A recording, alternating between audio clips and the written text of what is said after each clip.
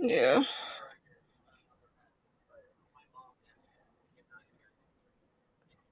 Yeah. Oh god, my audio just came through. Okay, hold on.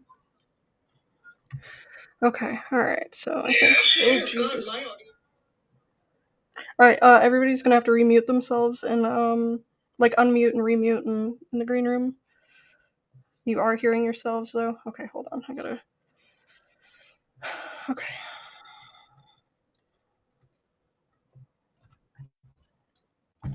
Did fantastic. Do it again. Oh, it was pretty embarrassing, actually. I'll have to go back on the VOD then. Oh, man. Okay, is everybody still coming through as of now? I Oh. just heard all of us. I did unmute and remute. It's still double. There we Yeah. go. I think we're good. Okay, I need to step away for like 5 more minutes. If it's good, then we're good. Yep. Have fun. Yeah, Good we're good. luck. All I right. will be back. Okay. Later, Tater. Let's try that again. All right, guys. From the top. Hello, everyone. Tonight we welcome you to the world of Gatia, where the populace are at the mercy of elemental chaos, unpredictable weather, and the primeval creatures that have been influenced by the world's discord. Our story this evening, our campaign story for this game, brings us to the village of Greystand, where amidst the villagers are 5 individuals who deserve an observant eye as we all stand aside and watch the chaos and adventure that ensues. Before I do get started with the rest of my rambling moving into the game, I do just want to say real quick that thank you to everybody who's here watching, lending their support to us. It means the world. Thank you very much for being here. So while all of you are in chat tonight, I just wanted to lay out a couple things real quick. While our game is in session, we will not be engaging with chat. We will be stopping at around 9:30, and at that time, if any of the players here or myself wish to engage with chat for a few moments, then we will. I appreciate the understanding on this. Basically, we're doing this so as to not interrupt the flow of the game. And last but not least, while we are called Big Bad Evil Guys, we do ask that everyone in chat treat each one another with kindness and respect. Okay. Now, does anybody have anything they want to add before we continue and get into tonight's session? Ready, Commander? Hell yeah. Taxation is theft. Yeah, you guys need a new person working on audio and video. All right, now accepting applications in chat for an audio personnel. The pay is 0. Yep. Damn, I got fired that quick? Holy shit. Pay is good intentions. No, you have to train the next person, actually. We pay an exposure. All right, I'm not giving a 2 weeks notice. All right, well, with all of that, let us begin. Our story begins at twilight. Just as the sun is about to set below the horizon and shroud the forest in the village of Greystand in the darkness of night, a tavern door is open, drinks are poured, and a young man in his 20s of an orcish and elf descent sits at the bar with drink in hand. Time progresses. After many drinks, he stumbles out of the tavern, a halfling woman ushering him out into the night. His indulgences this evening were not to celebrate, but to inebriate and give liquid courage.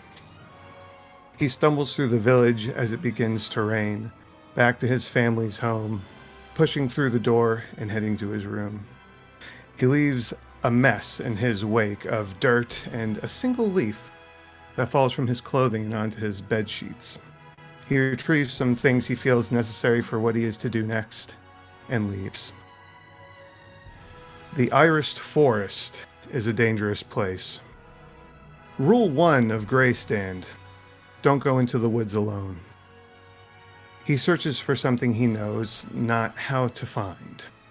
Going deeper and deeper, pushing through branches and brush as the rain begins to come down harder and harder. There's a snap. He stops, and when he turns to look, he is met with a pair of yellow eyes, bright enough to see even in this darkness. goblin eyes. Rule 2 of Grey Stand. Don't go into the woods at night. There are 2 screams that occur. The shriek of a scared young man and the insane cackle of a goblin of the woods. There's a swipe, a sting, and a red stain across the young man's chest. The chase begins. Goblins chasing a villager, a potentially fruitless task for this individual as he is not accustomed to such tests of endurance. It's no matter, though. As he tries to cross a river, a sudden surge of elemental energies occurs, creating a flash flood down the river, sweeping him from his feet along with the goblins that were in pursuit. Then darkness comes. Unconsciousness. And when he comes to, he is uncertain of how much time has passed, but the goblins are gone, and it is daylight. He is most certainly lost, but he pushes on, slightly delirious and cold. Those of the village of Grey Stand who wander into the woods and survive to tell the tale learn something. It's hard to describe at first. Like you're never truly alone when walking amongst the trees. They learn. The forest is watching. Another chase occurs. Beasts of the forest chase the young man up a tree. He holds on for dear life as 4 large creatures wait for him to come down, willingly or unwillingly. The temperature begins to drop rapidly, and between the wound on his chest and the dropping temperatures, without choice, he finds sleep quickly as another day comes to a close. As morning comes, there's a fresh blanket of white snow across the forest. 40 feet from the tree where he lays are 5 individuals who have been searching for this particular individual. And that's where we find our party. Rarissa, we're going to start with you. Can you tell me what your character looks like? Well, she is teal with gray freckles speckled across her face, white hair that's pulled back into a ponytail with 2 braids framing her face, mostly dressed in dark colors besides the pink feathers that she has on her shoulders. Okay. Tiefling. And what is Rarissa doing in this moment, hidden in this small gathering of trees, looking out and seeing the young man up in the tree and what appear to be 4 boars at the bottom of it? She's getting ready to go take out the boars. Okay. Okay. Is she saying anything or anything of that nature? Is she going to let the group know what she's doing? She's probably going to take out her daggers, flip them, and catch them and be like, shit, we found him. Okay. Anybody going to react to this? She's not exactly hiding it. Yep. You There he is. Okay, Cassidy. As you speak in agreement with what Rarissa has stated, can you please describe your character for me? My character is an Earth Genasi, quite tall stature, gray skin with blue labradorite deposits across skin, intermittent. Yeah, curly black hair pulled into a bun.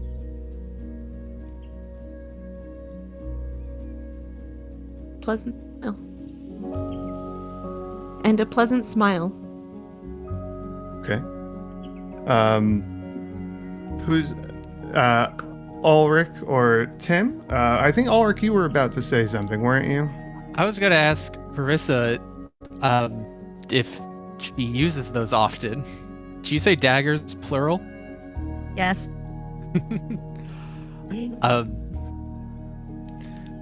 Okay, well, if you are experienced with those, then just be careful. While he is pulling out his own longbow, which he's clearly very familiar with. Right. And Ulrich, will you please describe what your character looks Of like in this course. moment? Thank you. He is a human of perhaps slightly above average height. He has arguably black or dark brown hair that he wears in a bun to keep it out of his eyes, and brown eyes and some stubble. Looks more like he doesn't shave as often as he should than as any kind of fashion statement. And he's wearing layers of cloth and leather and fur, which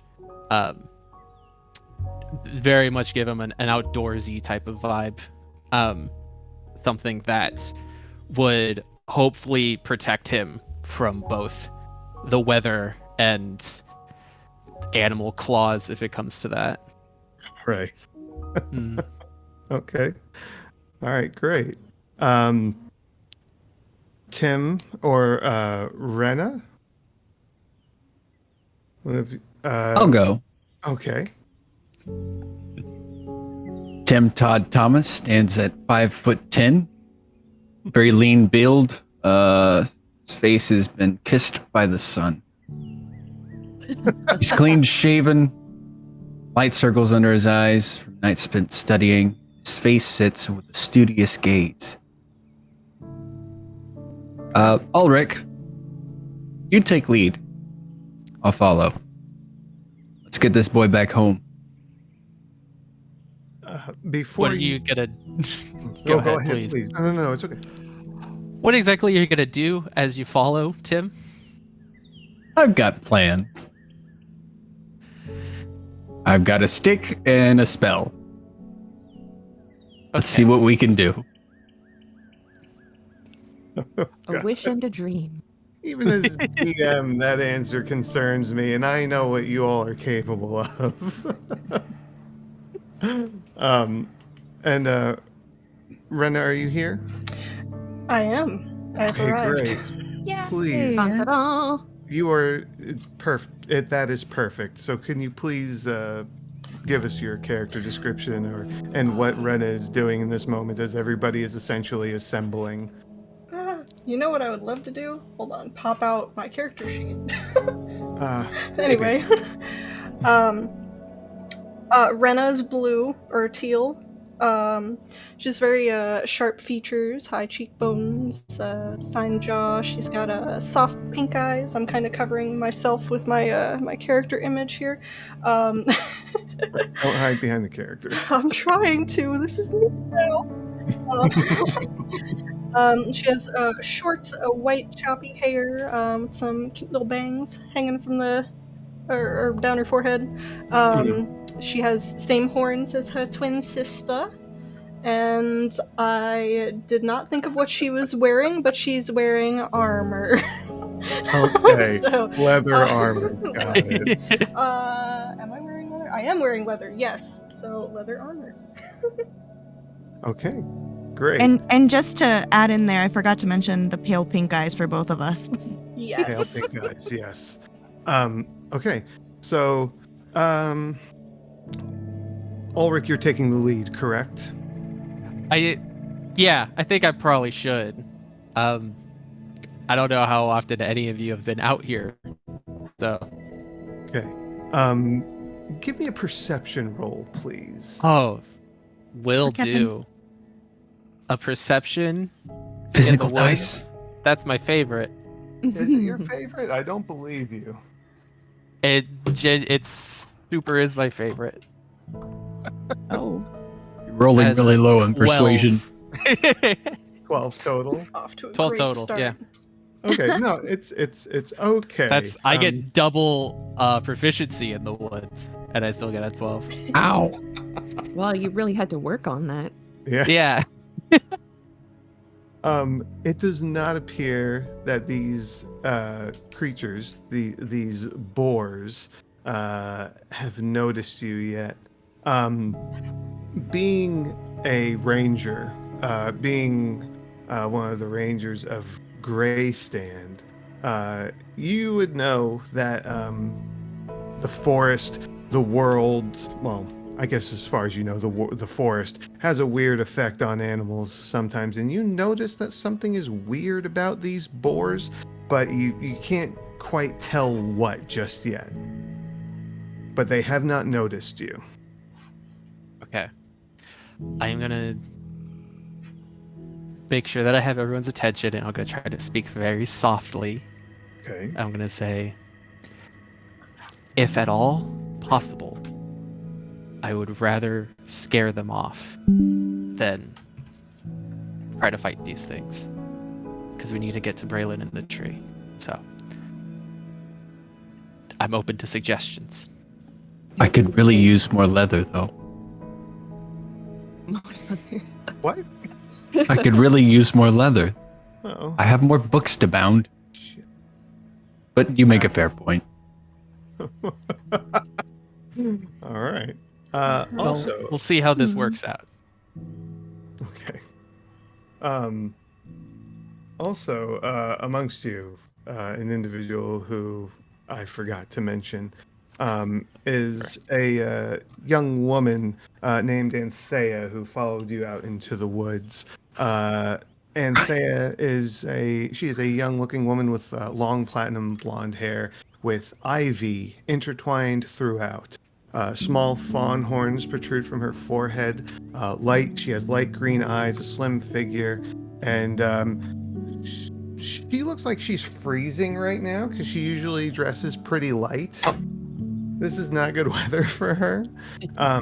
But she has been listening in and she's nodding. She understands silence, especially when it comes to wild animals. It's good that she's quiet by default. I'm gonna have to put this generic token up here for now. But she is ready to go with staff in hand. So, okay. So what are you gonna do? You want to try and scare them off? I would like to try. I have a suggestion for that if you're open to it. I I don't would love to hear know how boars necessarily work, but what if I can make myself sound like a really big predator? I could also throw out a thunder orb. Maybe is the the thunder combination. Yeah, I like that. What exactly is a thunder orb? Spell is called Chromatic Orb, and so whenever I cast it, I can choose a series of different orbs, elemental for the most part. Poison, lightning, thunder, acid, cold, fire. All right. I typically have to hit, though. Yes, you do. Well, let's hope you hit. Oh, I have an idea. I should hit the tree. It'll knock him out, scare the boars off. Genius. Snow's How there. high is It'll he in the soften tree? it'll He's soften about the 8 fall. feet up. Oh, Don't do easy. that. Don't. Yeah, do that. it's snow. He'll be softened. I admittedly am not an expert, but I don't think that's how snow works. Okay. How thick is the snow? How thick JT. is the snow? What? Yeah. What? JT, how deep is this snow? Give me a perception roll. All right. Oh no. Fair.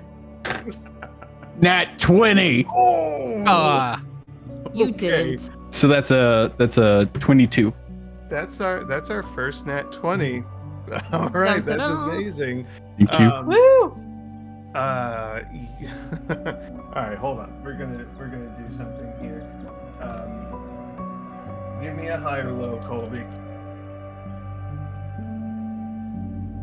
I Hi. was thinking about it. Yep. You can see clearly with a nat 20 that the snow has not piled up along the bottom of this tree.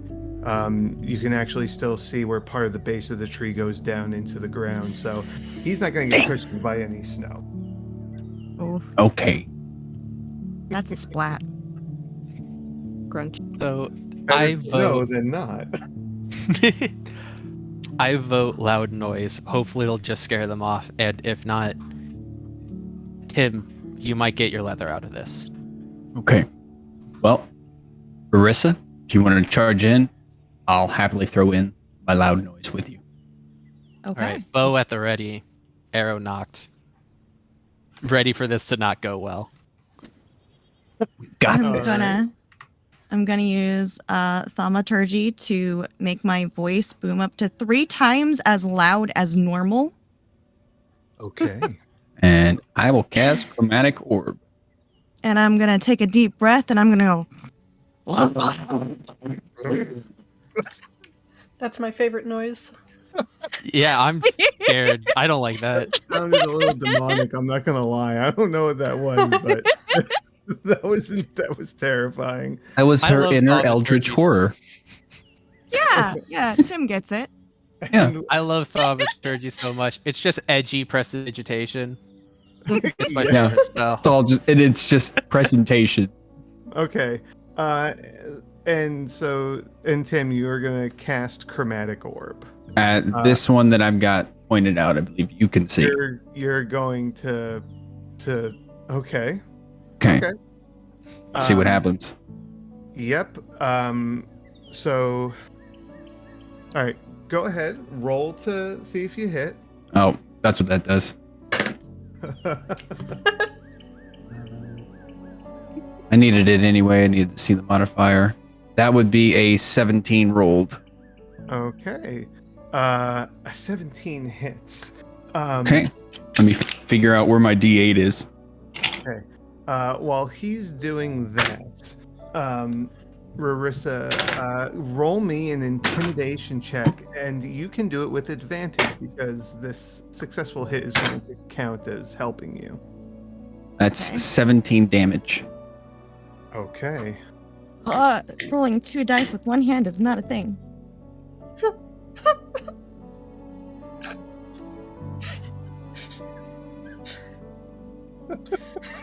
Where'd it go? Uh-oh. You We lost already it. lost the dice. The horns. One is 13 and one is 8. One is 13 and one is 8. Yeah. Okay. All right. Is that with your modifier? Yeah, what's your modifier for intimidation? Where is it?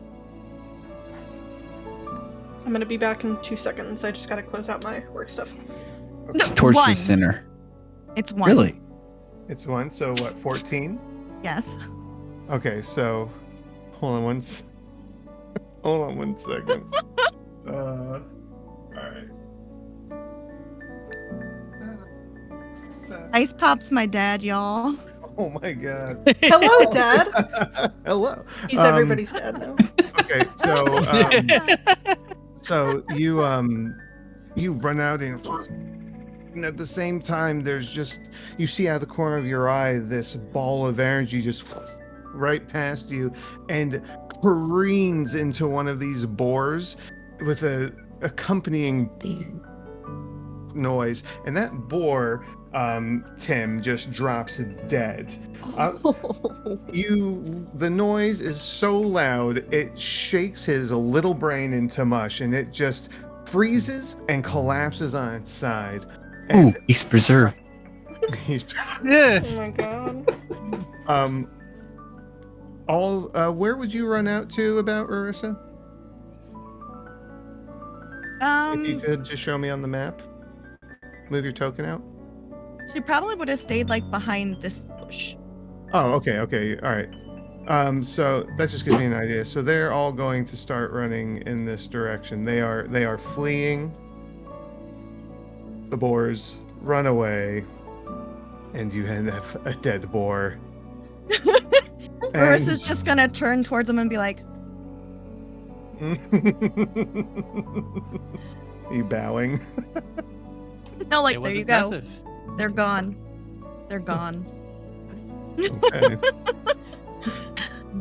So Well, there's a damn. dead boar in the hunt. I just said, well, damn. Okay. People need to understand how much of wilderness safety is just about being loud.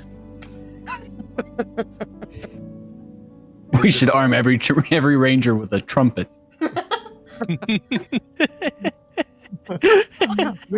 Like the war horn, just. Yep.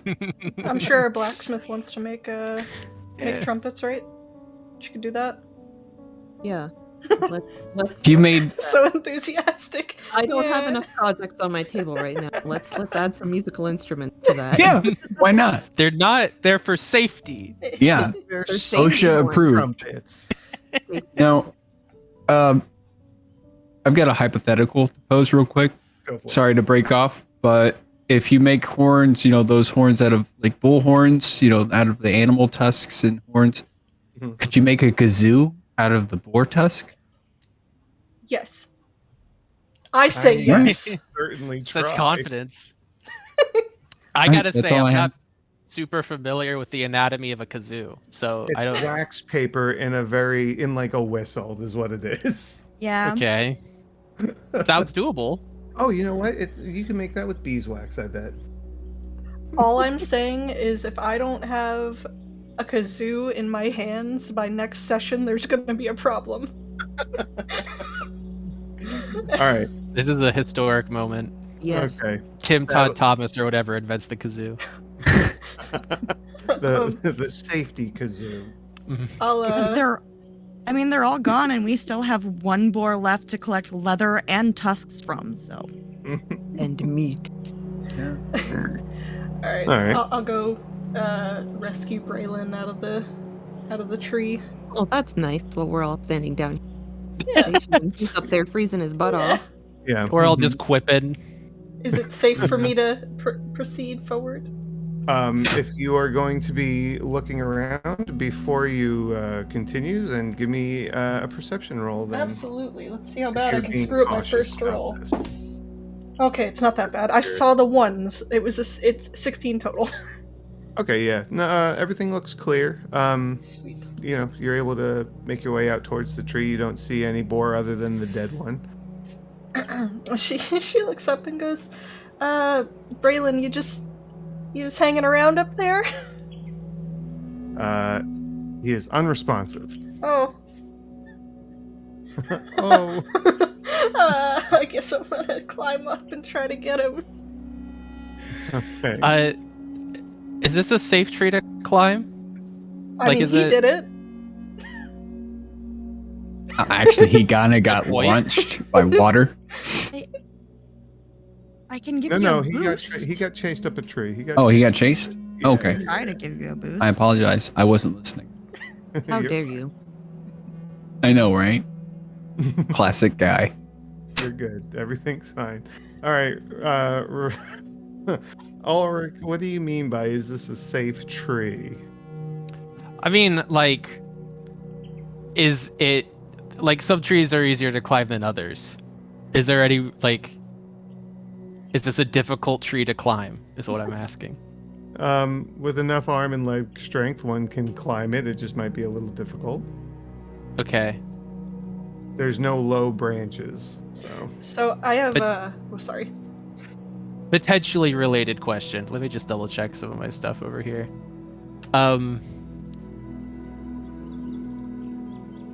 What are the odds that I could bite a grasshopper? Give me a survival roll. See if you can find one. I'll let you choose survival or nature. Ooh,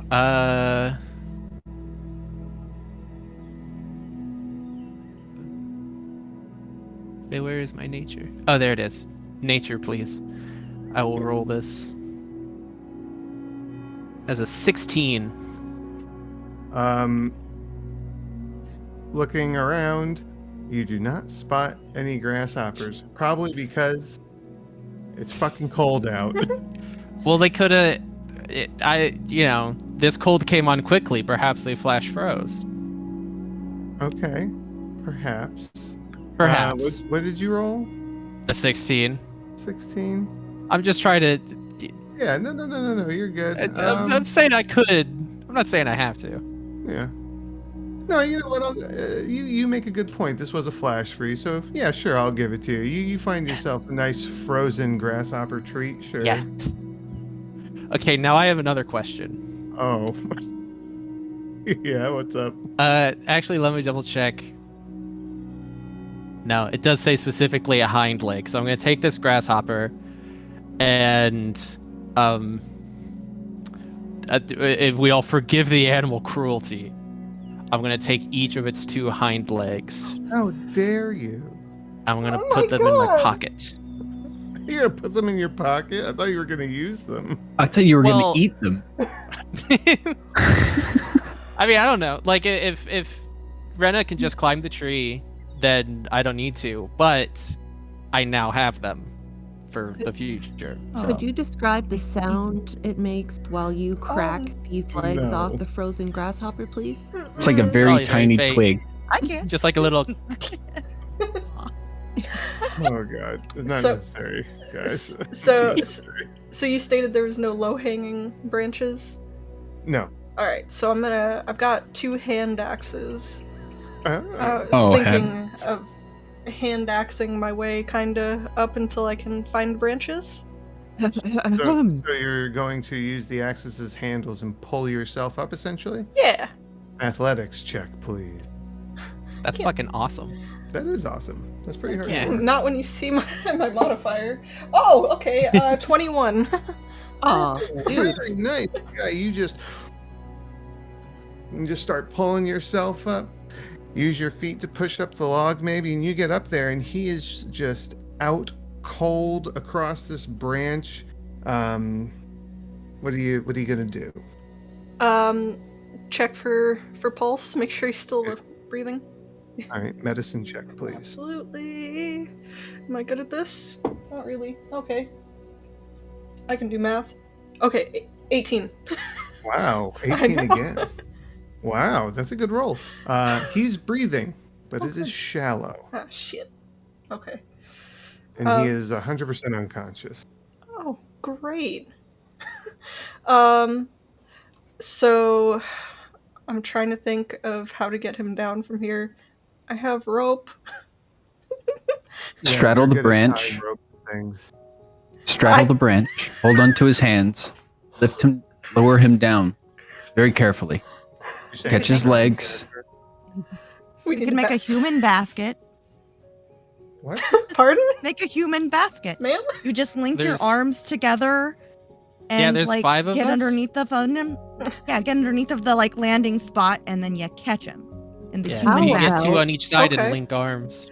How about we don't do that and we use our bed rolls as a like Like a trampoline kind of thing? like a little canvas catch-all? I have a fishing net. I I think could that's throw him actually- into the net. We should Yeah, try just to on your avoid- fishing net. avoid as much falling as possible. True. Actually, Also, with the first option, I feel like there actually was a bit of a risk of us breaking our arms. Yeah. What's a broken arm compared to a man's life? he's 8 feet in the air. Right? Yeah. So what he are we is. doing? I like the Fishing fishing net? net. I like the fishing net Fishing net? idea, personally. Fishing net or the- All right, How you know what? strong is your fishing net? Just wrap him up in the What net and lower about- him down then. True. What about fishing net with bedrolls as padding? Brilliant. Ah. Make it comfy for him. We're never Right. gonna get him out of there again. We'll just Alright. deliver him to his parents safe and sound. Little Braylon sausage. All right, I'll Braylon cocoon. Cocoon's better. I'll take He will come out as a Sausage. butterfly in spring. I'll take my my fishing net out of my my backpack and chuck it down to everybody. All Okay. right. All right, so you all are going to hold a corner basically and wait for this man to be pushed down. I still think you should wrap him. We should use the rope to lower him down.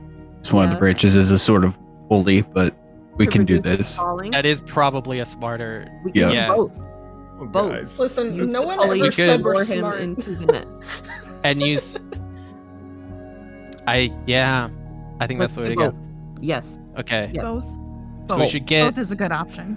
We could get him in the net, lower him down with rope, and we could have our bedrolls to catch him as like a secondary measure. Hey, I need Just in everybody to case. give me a Constitution saving throw as the cold is starting to get to you. Ruh-roh. Pardon me? Hey, I'm actually rolling. It's 19. Wow. 20. 20, natural 20, or just regular? Nat 20. Nat 20. Yo. Wow. We know who the better sister is. Wow. Dirty 20. All right. Total I is got a be 22. 23. Wow. Tim. 11. Okay. It's okay. A wizard. No. Everyone. Throw him in the Braylon cocoon. It's cold, but you guys. Oh, let me roll for Anthea. You can snuggle with him. It'll be fine. Oh. No, he'll sap my warmth. Anthea's not handling the cold so well. She takes a point of exhaustion. Oh no. Anyway, Wow. All right.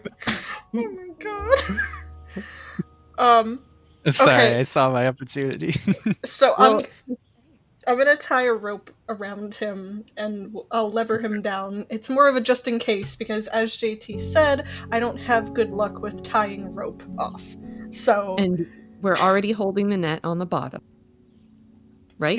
We have the secondary option prepared. Indeed. Okay. would you like me So- to roll something to tie him off and properly? I'm not worried about you tying him up because you have experience with rope and string and stuff like that, being someone who goes fishing for the village. But you're basically going to be using your strength to lower him gently, correct? Yeah. So I'm going to need an athletics check again from Oh, you no. as you lower this man down to I believe in you. the You should- fish canopy. 10. Did you roll? no. You rolled a 10. Okay, I want the rest of you down the bottom to also give me an athletics. Roll, please. This is going to be a group athletics check. My luck had to run out at some point. At least it wasn't a 1. I just kick him over the branch. 11. Oh, okay. 3. Oh, Sick. I feel better. Come on, Colby. Me and Yurko both got a 6. Looks like we're burying someone. Is Anthea gonna bail us out on this one? Or is she too cold? I will roll for her. She has but, disadvantage. But one of you succeeded out of 5, so she has disadvantage. So she rolled a 10. Wow. That's all right. So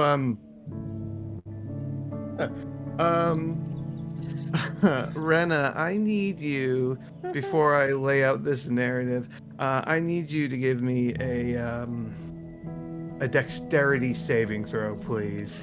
You know, that's fine, so long as you don't tell me I let go of the rope. I'm I can't deal with that anyway, sorry. 19. Okay. You start to so you get the rope tied around, what was it, his legs? Is that where you tied him? Sure. Or so. I was thinking more torso because, because the head first. Otherwise, probably be uncomfortable. Understood. Yeah. It starts out kind of good, and then you nudge him off the branch a bit, and you hold on. It kind of lifts you up some, but you're holding on. There's that dex save. You didn't fall off the tree, and you're letting the rope go, and then there's snow on your hands from climbing the tree, and it's starting to make your hands slick as the light covering of snow is melting, and the rope just starts to slip through your hands until it goes completely out, and you all go to catch him, and you catch him, but you kind of just onto the ground. Oh. We fucking bonk heads. No, you didn't punk it. And he hits the ground just. Is he alive? I'm gonna check. He's unconscious still, but he is at least expressing that he felt something. You Okay. would see Still alive after that. he is still alive. You would see though that he has like a large slice across his chest. I'm immediately going to get on that. Okay. All right. 19 medicine check. Okay. So what are you doing? You're trying to find, see what the. I'm gonna dress it best I can. Okay. So a 19's pretty high. Do you have anything on your person that could act as some sort of disinfectant? Ooh, disinfectant. Because you would notice that this wound is infected.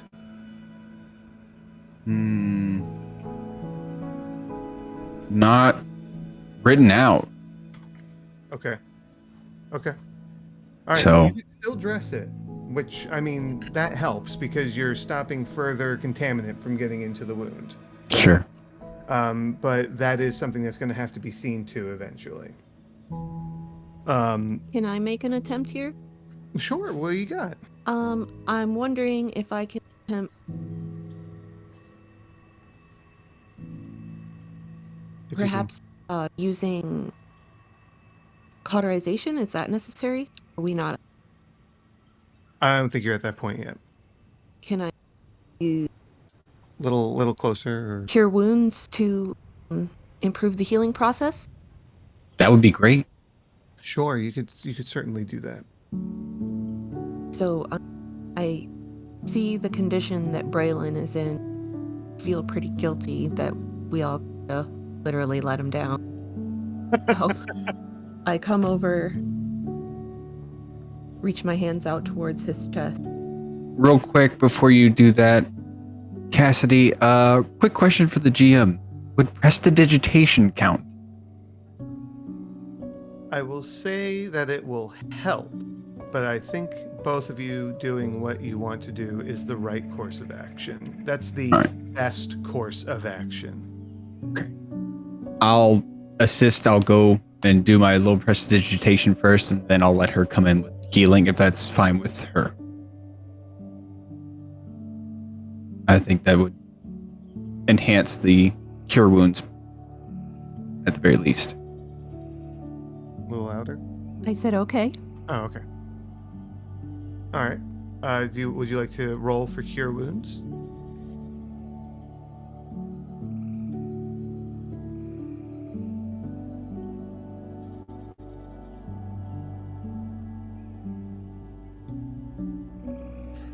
Let me.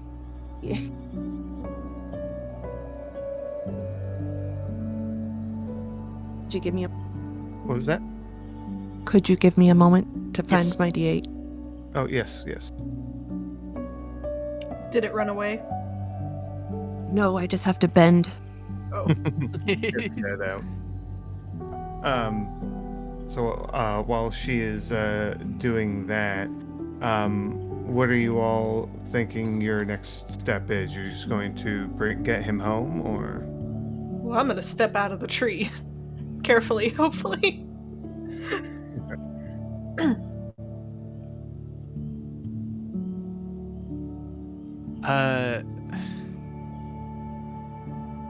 Yeah. I don't see any reason to stay out here. I think we just get him home. Go ahead, Cassidy. I've got a 9 for healing. Okay. And I'll just leave my description where it was posted. Putting your hands out to heal him. Yes. Okay.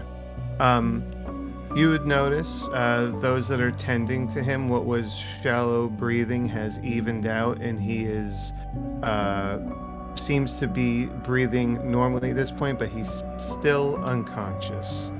But definitely an improvement after prestidigitating the wound and then applying healing. So that was good. That was good work, guys. I am gonna. Oh, sorry.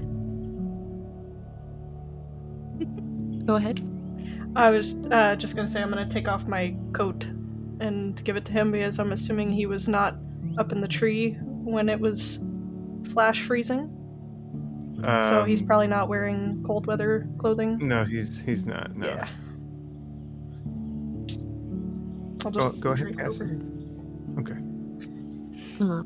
Well, still, or kneeling. He's still on the ground, right? Yeah. I'm gonna look up at the group and say, Perhaps we can make sort of sling of some sort to pull him along. 2 handles to be held and 2 dragging around behind to carry him back.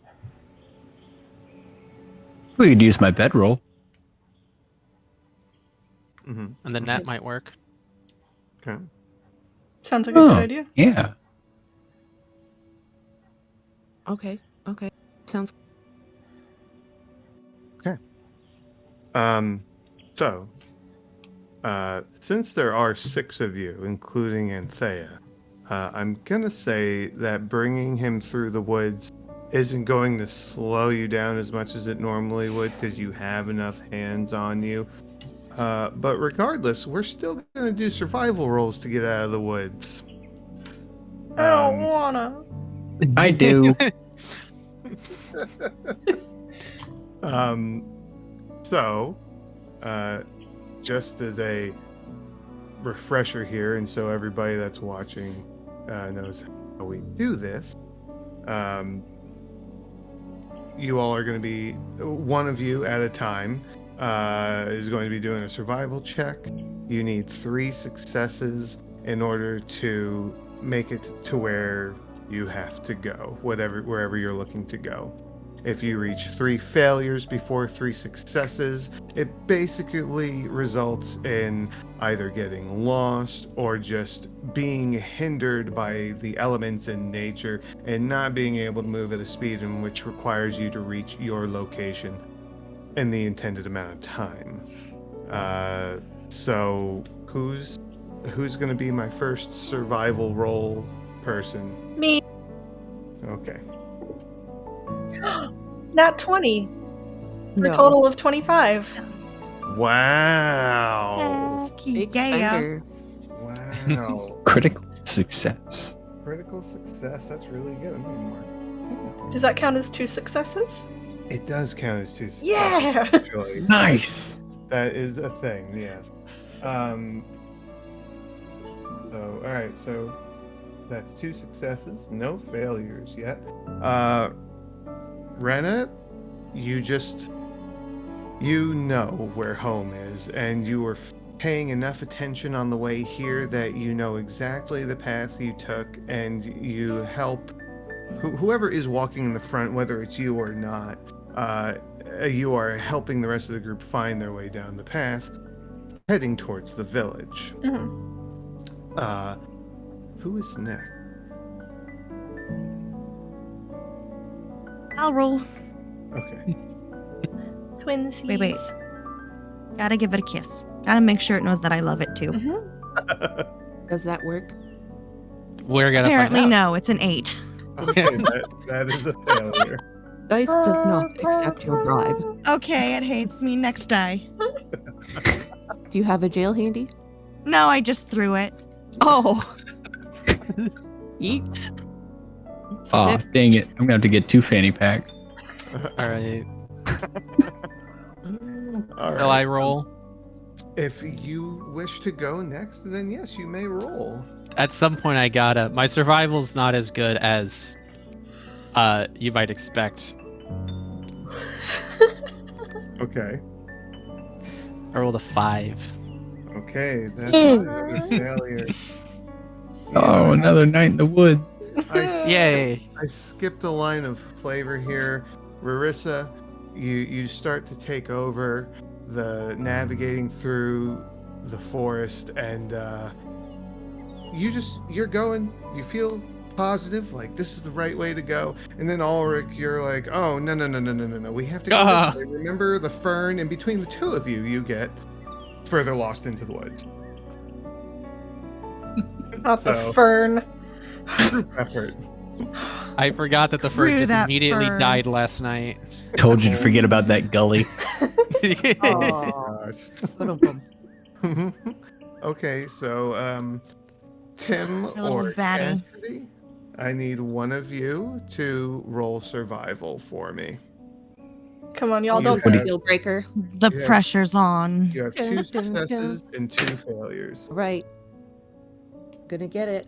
Don't throw my Get nat it. 20 out the window, Alright. please. See. got rolling. You're showing us the 1. I don't want that. Well, on my side, it was a 20. So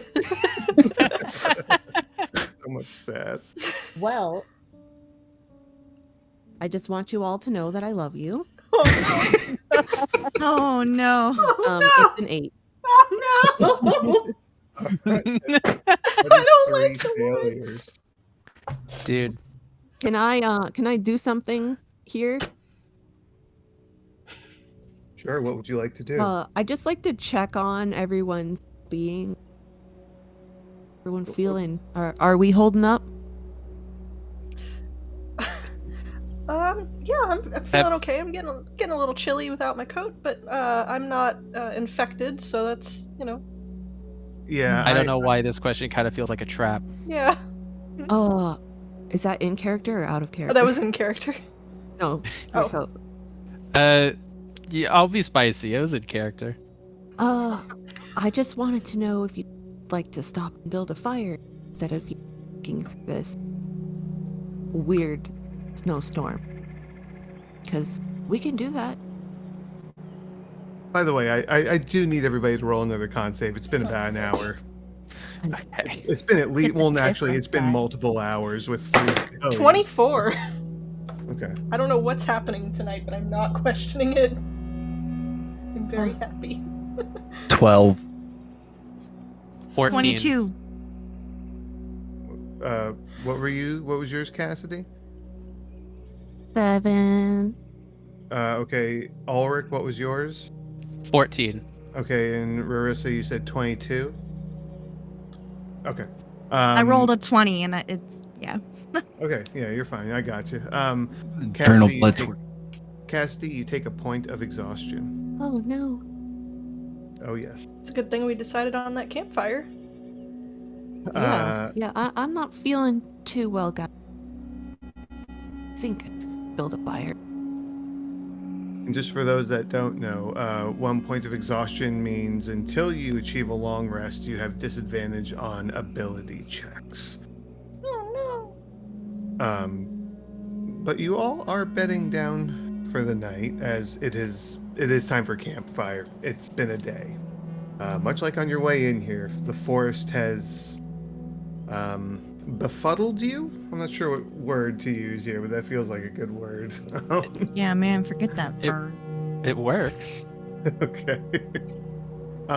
So as the sun begins to set, I need everybody to give me we're going to do a sanity check, which is a wisdom saving throw. If you fail this wisdom saving throw, you will lose a point of sanity, essentially, which is like taking a point of exhaustion, but it's a more complicated way of getting rid of it. So what do we got, people? 19. 12. 19, 12, okay. 17. 17, okay. Boys, I got an 8. you got an 8, okay. Tim? 13. Okay. Everybody's fine, even with your 8, Ulrich. It starts out low. It's when you start failing them that it really becomes a problem. So you're okay for now as far as your sanity goes. Maybe you're a little more jumpy than everybody else, but you don't suffer any ill effects. You know probably better than anyone here the dangers that are out in the woods, so it probably makes a little more sense that you'd be on high alert. I feel like you're trying to reassure me, and yet I'm very anxious. Just vape, bro. Yeah. Ulrich's gonna take up vaping. That's how he's gonna cope. Just vape some chamomile, some lavender. Look, we grow tobacco too. Hey, I mean, Okay. So you all are bedding down for the night. I have to do a sanity check for Anthea. Okay, she rolled a 15. Very nice. That's without her modifier. So she is okay as well. Well, he's unconscious, so he doesn't really need a sanity check. Yeah, so they're all good. You get a long rest. Those of you that at the last minute there got a point of exhaustion, you could go ahead and remove it. Cassidy, that would be you only, I believe. Mm-hmm. The morning is new. Braylon, the individual who you've rescued from the tree, he's looking. He's not breathing shallow, but he's looking pretty frozen. He's getting pretty damn cold. And he seems like someone give me a perception roll, or everybody can give me a perception roll actually. 14. 16.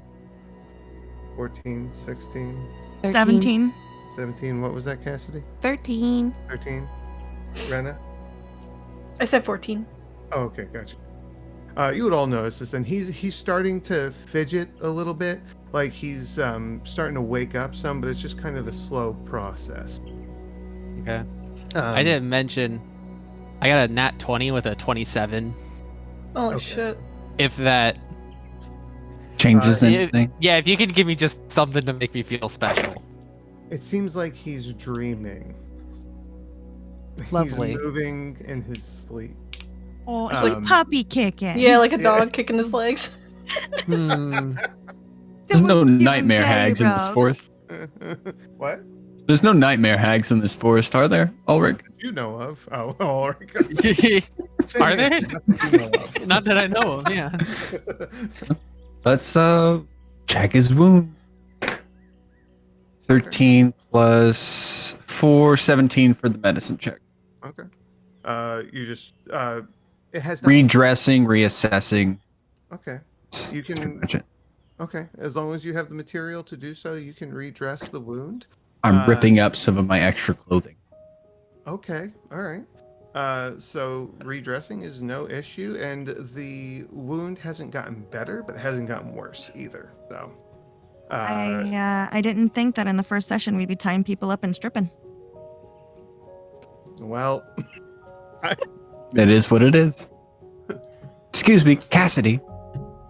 Yeah. Would you mind doing that magic again? We should totally go over what you're capable of. You know, whenever we get back to the village. I'd love to study your spells. If you can't, that's fine. Can't hear you. Sure. We can get right on that, I'm sure. Thank you. In the meantime, here, let me take care of Braylon. Reach out and initiate my healing wave. All right. If you want to go ahead and roll me your D8 for cure wounds. Yeah. Or not. Another what? 9. Another 9. Okay. Yeah. Okay. All right. Great. Okay. So, continuing to head towards home, are we? Mm-hmm. We'll try. We can certainly Who try, wants- Session 1, and I already don't have to say it for you. I'm so proud. All right. Well, let's have our first. Who's going first? I see Colby shaking the dice unless he's doing something else, so I'll wait. I'm sorry. My arm wouldn't need to be that far out. You, Oh.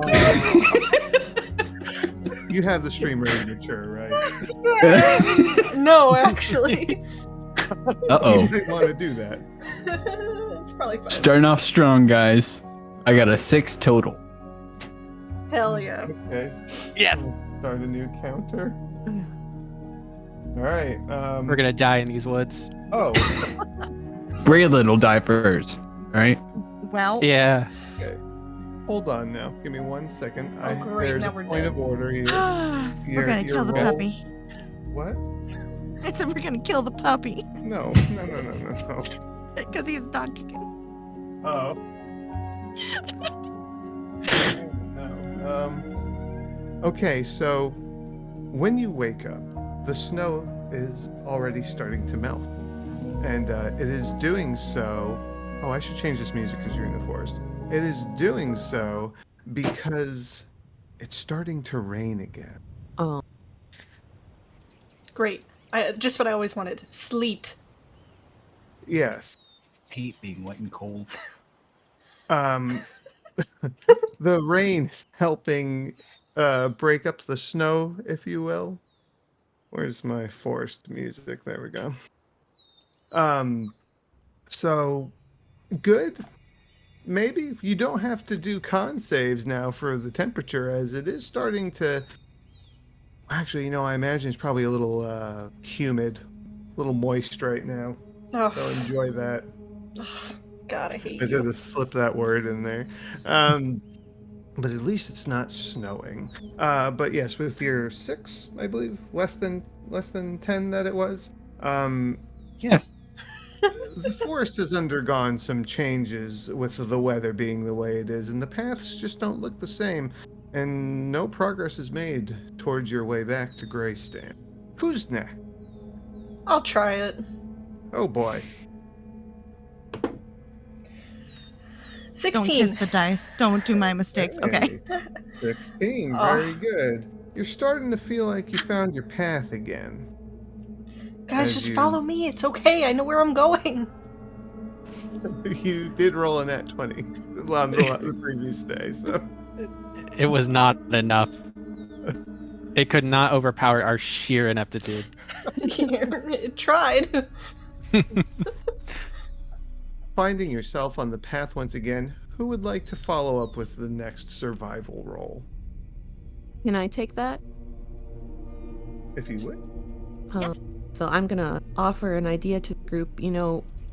We might get through this trip a little easier if we didn't early. Does anyone want rations rolling along here? I could eat. Yummy hot tag.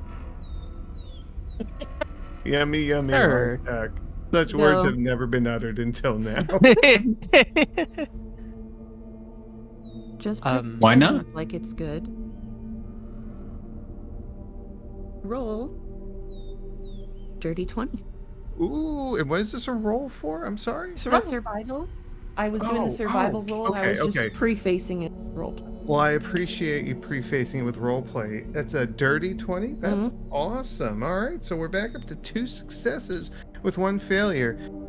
With your bellies full, setting off on your trail once again, Cassidy is able to lead you closer to the village. You feel like you are on the path home once again as more time passes. So who's gonna take us home? Hopefully. All right, I'll go for it. Ulrich will politely decline the hardtack, just a little shake of his head, and then, without saying anything to anyone, just find the nearest imminently climbable tree Okay. and just try to get like a higher view to try to A vantage figure out point. the best way Okay, in. Yeah, so yeah. before you roll your survival roll, I would Yeah. like you to give me an athletics check to climb this tree. It's for a reason. It's for a reason, of It's course. for a good reason. Yeah. Of and that course, helps yeah. a lot It's here. slimy. It's a 19. Beautiful. So that is a success. That's what I was going for, to make sure you were able to make it up the tree. With this vantage point, I will let you roll your survival roll with advantage. Yeah. There you go. Okay. All right. Survival. That is a 15. Thank you for the advantage. Beautiful.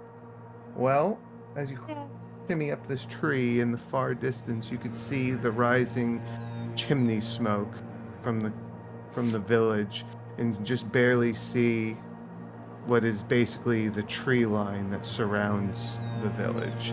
And within the next, we'll say, hour, you are able to arrive back in the village of Greystand. It's approaching afternoon as you arrive, but you arrive successfully with an alive Braylon as he is just starting to come to consciousness before passing into the village. He hasn't said anything though. He looks pretty groggy. He's just kind of sitting there. I could stop this treacherous music now. Thank you, because I feel like we're about to get attacked. The build up. Like, This is fantastic. do we get to see our wonderful town map? Yes, you can. As what is that? Get out of here. I have too many windows. There you are. You should see Great. mine. It's Band name. really bad. Too many windows? And you should see mine. Oh. Yeah, I was gonna say those are both applicable for Yes. a man. Yeah. I was Yeah. initially going for the too many. Yeah. Okay. You all enter. Which side did I put you on? Here, let me This put is you- on the south side. Yeah, let me put you on the north end because that's where you went into the woods. You went into the woods somewhere over. Why can't I ping? Oh, because I'm on the ruler. Somewhere over in this area. Yeah. So you walk on out of the woods, Braylon in tow. What are we doing? I have a question Certainly. about the town's About the town what? members. Would there be anyone that we know of in town who would be more qualified at healing, treating Braylon? In our opinion. I would say the apothecary. The apothecary is a valid choice.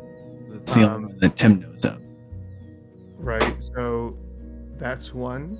And another one that might be of help would be Whisper.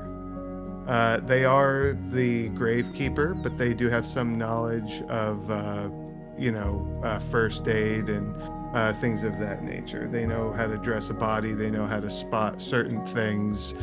So they might also be of use. But I will say that apothecary is probably the better choice. I'm just going to throw that out there. Aren't they located right next to each other? They are actually. Yes, they are. Fantastic. Yeah. Right down here, actually. So, addressing you guys, I'm gonna say, should we get him home to his bed and bring some help to him? Bring him somewhere for. His home isn't far. I think you're right. I think to his home would be best, and then I'll run and grab my sister. Or maybe Whisper, whoever I can find. Okay. We'll get him to his parents' bed. See you. All You right. said you're gonna get him to his parents. Is that what you said? Mm-hmm. And that actually is this building in the fields. It's actually, it could be any of these buildings down here. And actually, this little house right here, for those that could see me pinging it, Ulrich, that's your house. That's where your Oh. house Again. is located, right there. That little one. Wait. Oh, that's nice. All right. Yeah. Thank you. That's quaint. All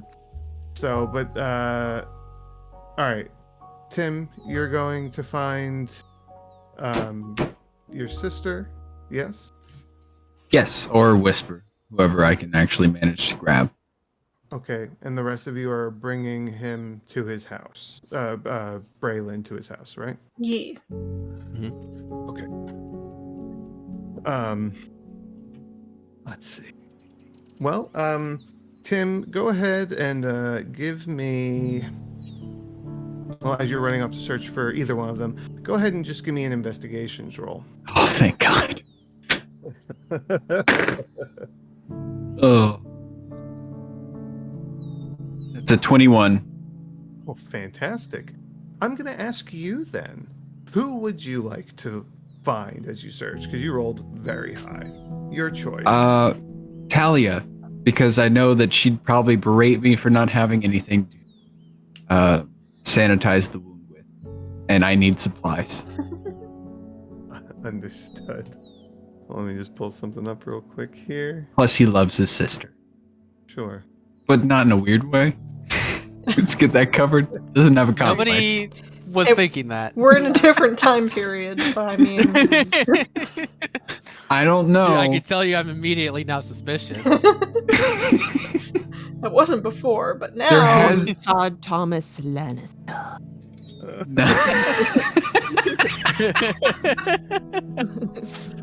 Great, guys. Thanks. Yeah. You're welcome. All right. So you go immediately to your sister's place of business, which is Thomas Teas and Tinctures. Entering, the lighting within is bright and welcoming as there is a generous array of windows that line the walls, filling the room with natural light. Or, well, I guess it is when the sun's out. It's kind of raining right now, so. The main room is square in shape, with a sales counter in the center of the room, and spread all throughout the room are pots of various sizes with all sorts of plants being grown and cultivated. Arranged on the counter are more small plants, not potted, being prepared as ingredients for who knows what sort of tincture or concoction, and directly behind the counter is a tall shelving unit that has an array of bottles on it. Set off to the side in its own section of the store is a nicely organized rack with small, medium, and large burlap bags displayed, as well as some tiny silk drawstring bags. On the wall above the rack is a small sign that reads Teas.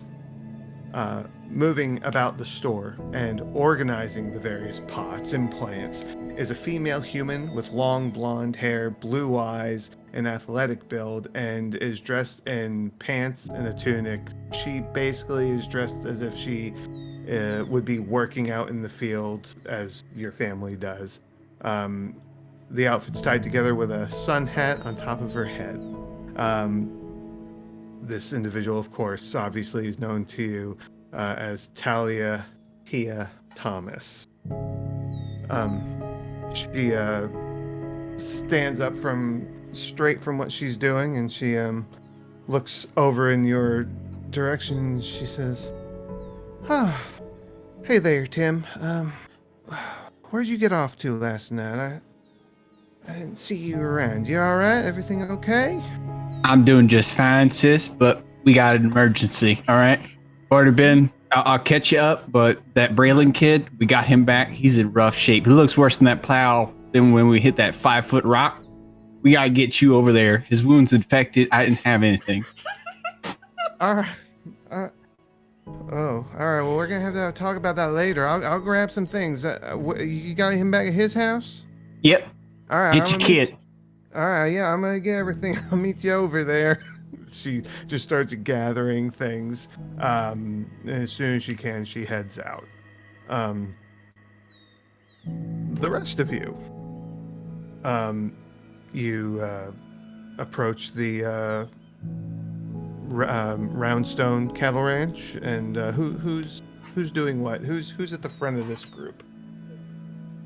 How are we carrying him? Are we still dragging him? And Right, a like each bedroll of us had a and a corner, net? didn't we? Think I didn't so. hear any of that. Well,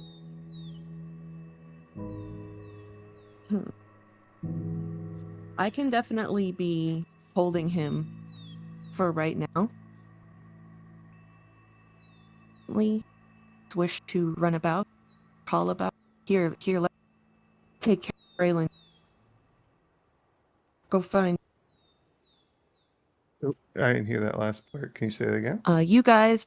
I'll take care of Braylon for a minute. If you want to go and find Mr. and Mrs. Earth, the might.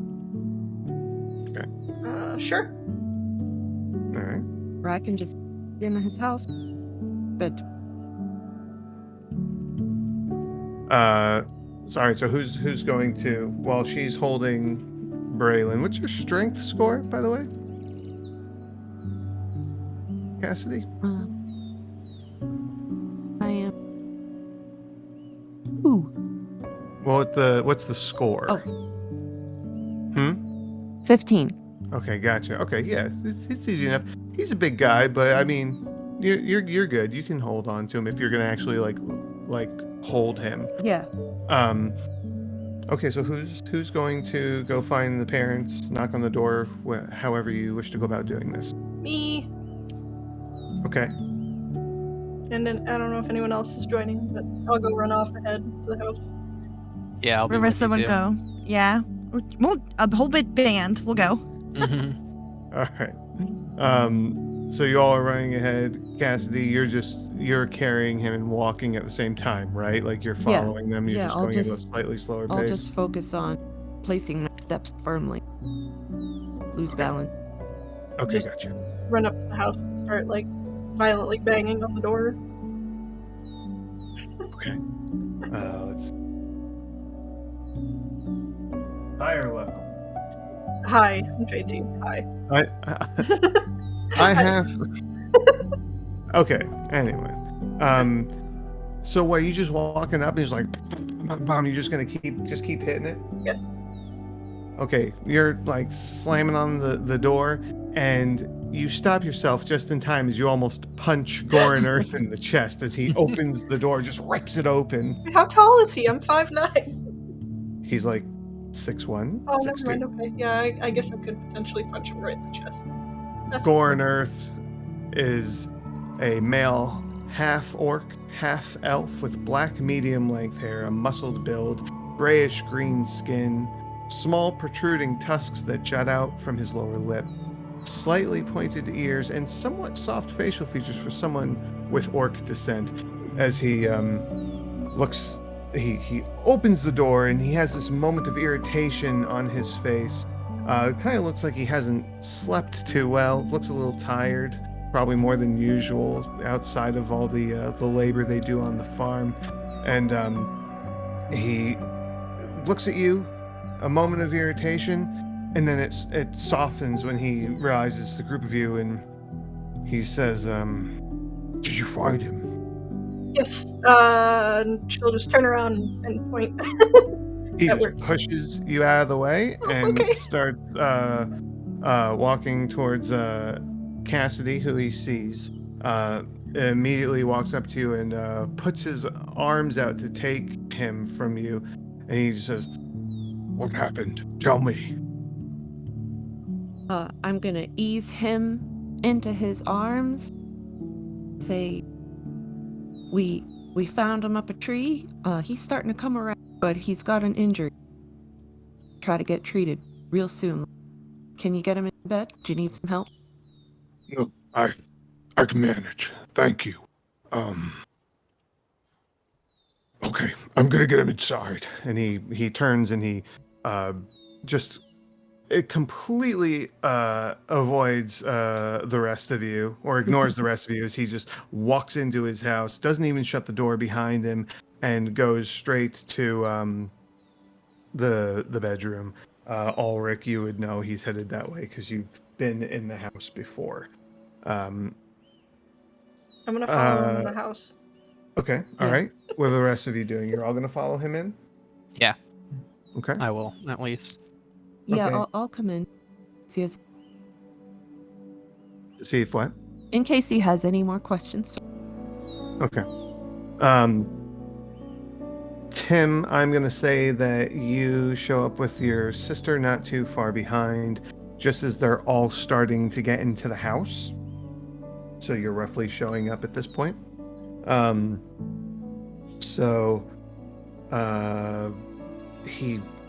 You guys watch. He goes in and he puts him down on the bed, and there's a young girl there who looks. She's got fair skin, small tusks protruding from her lower lip, the slightly pointed ears, and she has like a brown hair that's back in a ponytail. And she's like, "What can I do, Dad? How can I help?" And he just he turns to, Get some blankets. Get something. and she runs off and goes and does that. And he's just trying to like warm him up and so on and so forth. and he notices the bandage across his chest as Tim, you and your sister, I say, are in the house at this point. And he looks back at you all again, and he says, What happened? We don't know. We went and we found him, and he was like this, halfway up a tree. I'm hoping we can get some answers when he's a little more lucid. How far? You were gone for days. Farther than I think any of us would have liked. We didn't measure. Sorry. She's saying that under her breath. Well, given how lost we got, I don't think measuring would have helped. We did not get lost. I'm gonna push this. Sorry, quote unquote, We mixed up. met a series of delays. There's a difference. Hold on. I didn't get lost. Yeah, well, you know, things happen. Mhm. But hey, we all made it out alive. That's what's important. I appreciate you bringing him back. Perhaps give him a little room. Let Miss Thomas in here. as he sees her standing behind you, Tim. And get this wound taken care of. And I'll keep you posted. Thank you so Thank you. much. Right. Of course. And please do. Mm. And Ulrich's out the house. Okay. And I'm out. Okay. At this time, it's just a couple minutes to 9:30, so we're gonna go ahead and take a break now. If anybody needs to get up, stretch, get a drink, go ahead and do so. Interact with our lovely people in chat here if you so wish. Yeah. I'm gonna go get some more water, so I will be back. 5-minute We'll break, have everybody. fun. We'll having a good time. Well, I'm gonna set us over to the BRB screen, which is going to cut off all audio. So chat would more than likely be via actual chatting. There we go. Nice. All right. All right.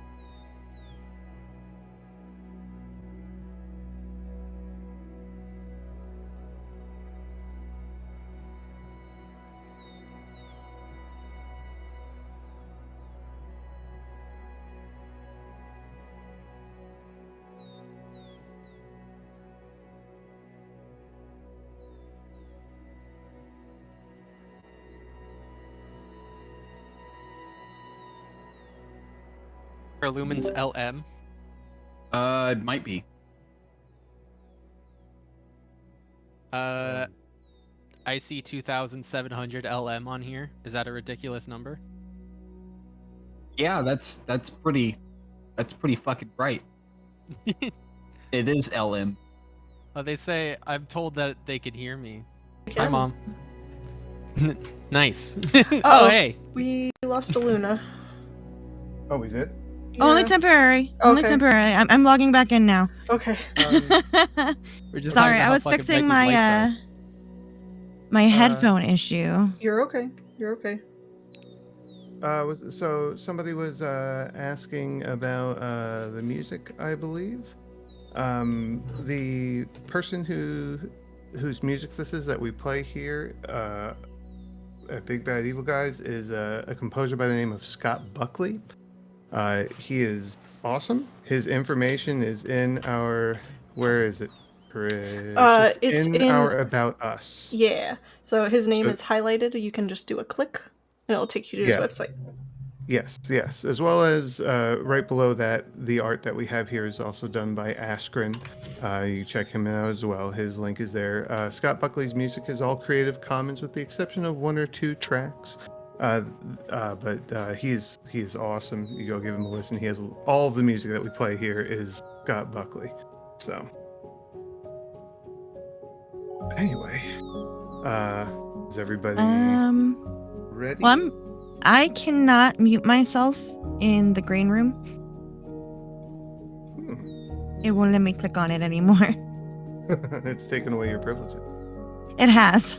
I know you just came back in. When I had that trouble, it corrected itself. Should I just leave and come back in? Hop out, come back in? Probably. All right. My mic was muted fucking time. Holy shit. I couldn't double hear her, so it was fine. I'm sorry. I wasn't sure. But we're also missing her image on the stream. Yeah, we need her. Yeah. Well, she left, Well, she's- so when yeah. she comes back, hopefully it'll do a thing. All right. We're gonna get started up again in just a second here. Hope everybody's having a good time. Yes. I know I am. Yes. Am I The good? moot. Yeah, there we go. Yeah. Oh, Oh, hold on. You have to mute Oh. now. Now we hear the double mic. yeah. I Okay. hear the double mic. I don't see the video. Hold on. I gotta update it. It should come back. While you're Sorry. doing that, You're good. We You're will- good. We're back. We're back. We're good. We- We're live. all right, okay, yes, okay, all right. Well, back from break then. Okay. Great job, everybody. Before we continue, Yeah. great Yeah. job. We didn't kill an NPC. It's You crazy. didn't kill an NPC. You're I was new- counting all the ways we were gonna kill him. Wow. It was tempting. We Oh. fucked up quite a few times. I thought there might at least be like an ankle sacrificed or something.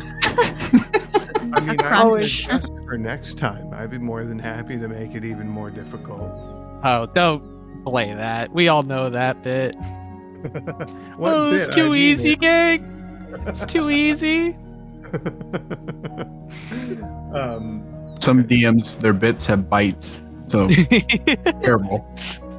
Yeah, sometimes you randomly get struck by lightning for no apparent reason. Yeah, that's true. There was a reason I rolled a 1. Yeah, but sometimes there is no apparent reason. Oh, Got man. plausible deniability. Okay, so Braylon has been delivered back home. Talia Hia Thomas is administering medical aid. Ulrich has left the house. And before we get to you, Ulrich, what are the rest of you doing? I'm filing my oversized butt out of the building as well. Okay. I guess I'll stand outside with Ulrich until we. Hey. Next plan of action. What about the rest of you? I'm gonna go conquer the world. So you're leaving the house? Yeah, yeah. Okay, all right, thank you. Rarissa gonna head towards the tavern. Okay. I can't Alright. find the calendar. It's not pinned in a campaign chatter, so I don't know what day it is for me. Today is the 8th. It is not a tavern day for you. I will Okay. supply you all with a link. It's a farm day. Oh, there we go. I found it. Okay. I Anyway. didn't fish. I'll ask Talia if she requires my assistance. I'm No, also proficient in medicine. Also what? Proficient in medicine.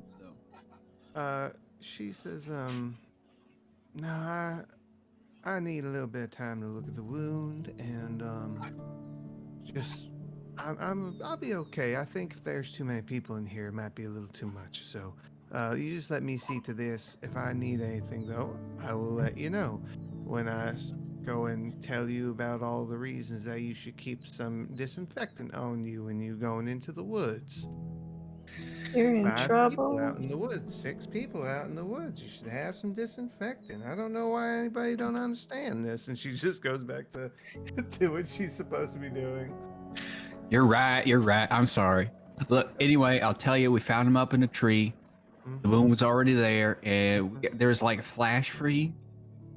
It was just cold where we were. I'm not sure if y'all had it, but yeah. So good luck. Catch me up on what you find, and I'll do the same for you after the workday. All right. All right. I'll see you later, Tim. Bye, Talia. Mr. Earth, good luck. Thank you. He gives you a nod. Okay, so does everybody have their own way that they're going to go? I know Rarissa said she's going to the tavern. She would Does also any- check if Anthea wanted to go with her. Yeah, Anthea will go along. Sure. Yeah. What about the rest of you? Do you all have a direction you're going in, or are the rest of you convening? Like, what's the idea for the rest of the group? I have a question. Okay. Did we get that boar? Nobody Nope. mentioned taking the boar. No, I figured the body was enough to carry, and I didn't know how to dress it out in the field. So Yeah, that definitely would have provided some difficulty for sure Yeah. if you had brought both. So life, I figured the farm boy mattered more. I didn't. Did I'm we sad about it, but I had to make a call. well, it's a selfless sacrifice, Tim. Yeah. pass? So, it is a ranger outing day for me, is it not? I believe it is. Yes. All right. So, with my experience of dead things in the woods, is there anything salvageable on that boar still for me to go out and get? With as much time that has passed, Mm-hmm. It depends if something's gotten at it by now or not. I would say that if nothing too large has found the corpse, then certainly the hide would be left in the tusk. But the meat, I would say at this point, probably not salvageable. And the longer it sits out there, if something else hasn't gotten to it, the carrion of the forest will start to get at it. So, How long has it been? it's been about Time a of day. day. It's been about a day. Yeah, it's roughly afternoon now. It was afternoon on the previous day that you killed the boar and got him down from the tree. Okay. All right. So if we are going our separate ways, Mm-hmm. then that's what Ulrich's thinking of doing, is just heading out that way and seeing if there's anything he can salvage from that boar, and if not, just forage or hunt or just do his like general Okay. responsibilities around that way. Okay. Gotcha. All right. So now When it is. Should we, Hmm? Sora? No, you're good. Go. I was gonna say, should we all meet at the tavern tonight? You could definitely. We If you can. like. I've got some questions for all of you. Are we in trouble? No. It just occurred to me, I don't know what all of your magic is. Right. Um. Do you want the skin off that boar, Tim? Oh, if you can manage it, sure. But please don't I will do my do it best. just for me. And if Bad. I make it back by tonight, then I'll meet you in the tavern. Okay. Don't go alone though. I'll find someone. All right. So you're gonna go off into the woods. Mhm. Marissa is going to the tavern. Rena, what are you doing? Did we pass Lennar and River perhaps fishing? Because it is a fishing day? I know you said it's afternoon, I just don't know how late in the afternoon it is. You would not have gotten to where they would be yet. Okay. So I would say you have not walked past them yet. But they should be out there, either on the bridge or on the platform out in the middle of the river, one or the other. Okay. I'd go hunt them down and then Okay. do some fishing. Okay. Tim, you're doing what? I'm going to the farm. I've got to answer for my absence. You're gonna answer for your absence. Answer for your Yeah, crimes. It was farm day and I wasn't there. I've been late for more than 12 hours, most likely. Actually, well, you are late today, Yes, but yesterday was not a farm day for you. that's true. So, but you are late today. That is a good point. Okay, and last but not least, Cassidy, what are you doing? I'll stop into the You'll stop into what tonight? into the tavern tonight, but my apprentice Lissa is working by herself. Help her out and let her know feeling made it home.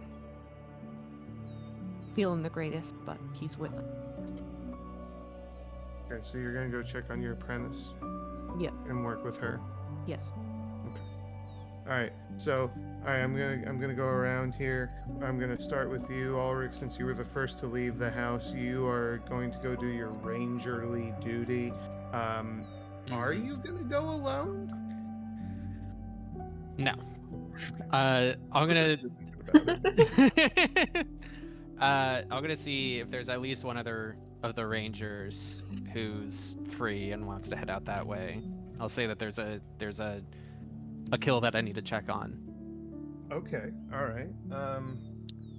Let me pull out my handy dandy handout. Let's...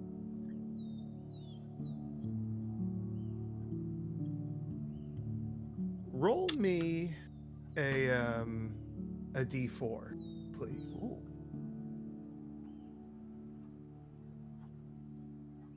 There's a 1. Okay.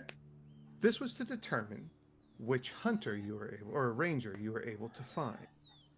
Okay. Where would you go look for them? Like, where would you go to look for a ranger to assist you? I suppose that kind of depends. We have that lodge. You do. What are the odds of finding some? Like, is that just a like? Do we kind of commune there, or is that just like a?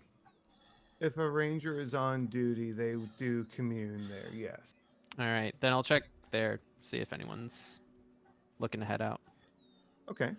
As you have rolled a 1, you go out to the to your location, open the door, and at first nobody's there, and then out from the back storeroom walks a human male with medium brown hair. He's got a lean, muscular build.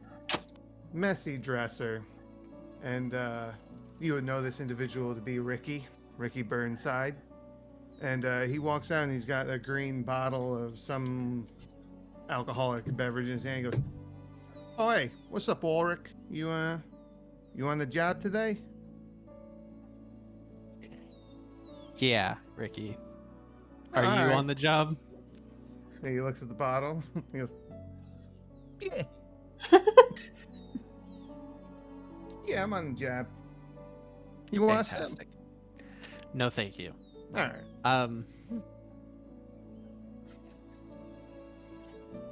I know a spot where, there was a kill I'd like to check up on. There might be others scavenging it. Oh. Might be worthwhile. All right. Want to come with? Yeah, all right, sure, why not?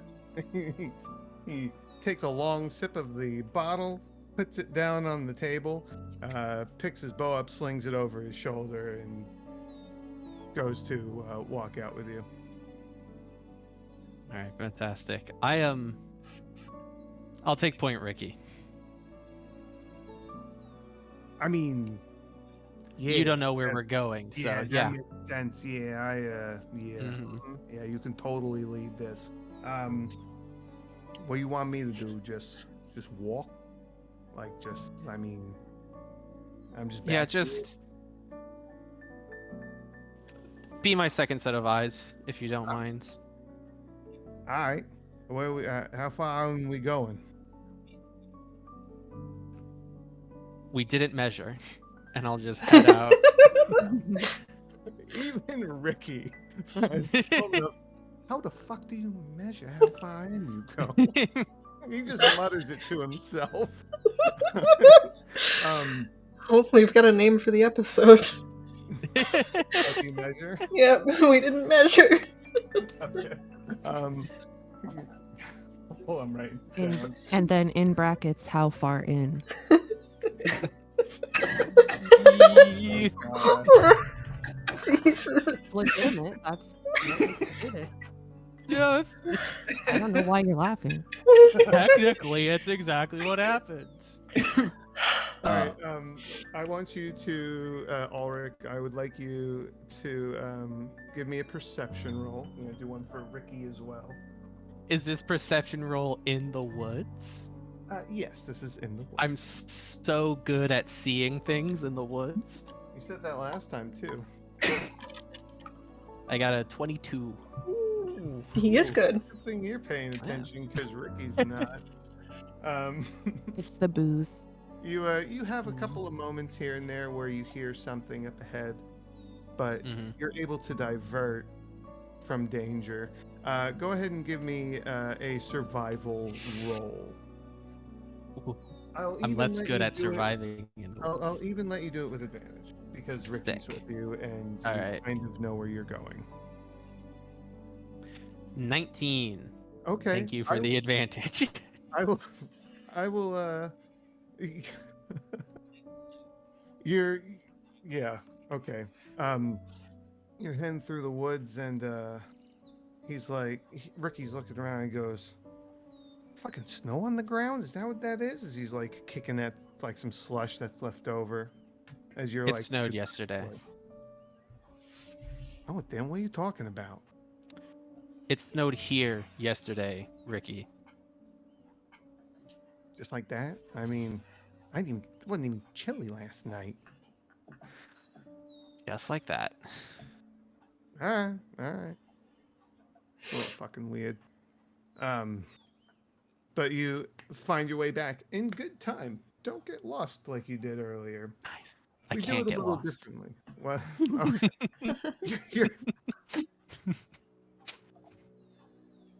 I can't get lost in the travel is woods. Not hindered as it was before. Yes. Give me a higher low, please. Low, please. Okay. You find the boar, and it does appear like something has been eating away at this carcass, but not something very big. It almost looks like something ate into its stomach and burrowed in, but there's no sign of whatever that was now. Goody. I'm looking inside this boar. Mm-hmm. I'm not gonna be squeamish. I'm digging around in there. I'm making sure nothing laid any like. Call me paranoid. I don't know what's in these woods. I'm making sure nothing like laid any eggs or anything like that. I'm making sure. You're just like elbow deep in this thing. You're just turning Yeah, this I into don't. a hand I mean, correct me if I'm wrong, but from that description, this doesn't feel like this particular set of post-mortem mutilation is not like common to scavengers around here. Yeah, I mean, I don't think it's probably not anything you've seen before. You know what? Give me a history roll. We'll use this to History determine if roll. you've seen this before or recall History roll. anyone Okay. talking about this. I got a 9. Okay. Yeah, you don't know. You've never seen this Okay. before. You don't recall information Well, on this. I've already had a weird day, so I'm just trying to make sure that like that there's like that this is a safe dead boar for me to handle. Okay. Well, give me an investigation roll with disadvantage because you are blindly shoving your head into a boar. Got it. Okay.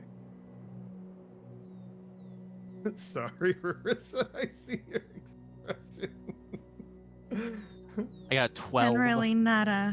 Generally not suggested to shove anything into unknown holes.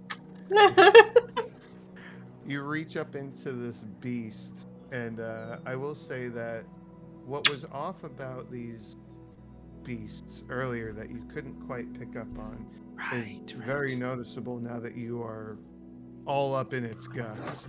Yummy. Hidden with it, so think it like a ridgeback boar. It just has this black strip of fur down its back, but it's a little wider. It covers most of the back of the boar, not just a fine strip. And tucked into the bristled hair of this boar, you can see are little mushrooms, like a fungus, growing into, like, coming out of the back of its body and intermingling with its hair. And as I should have you're brought disinfectant. as you're reaching up into this, because you said you rolled a 12, right, for your investigation? Yeah. Okay, and that's your low roll? Yeah. Okay. You feel something, but it's too late.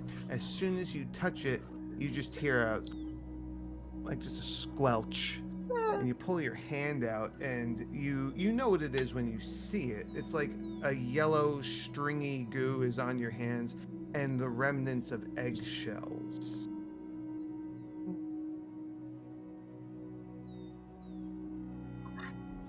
Tasty. I should have the creepy forest music. I did it again.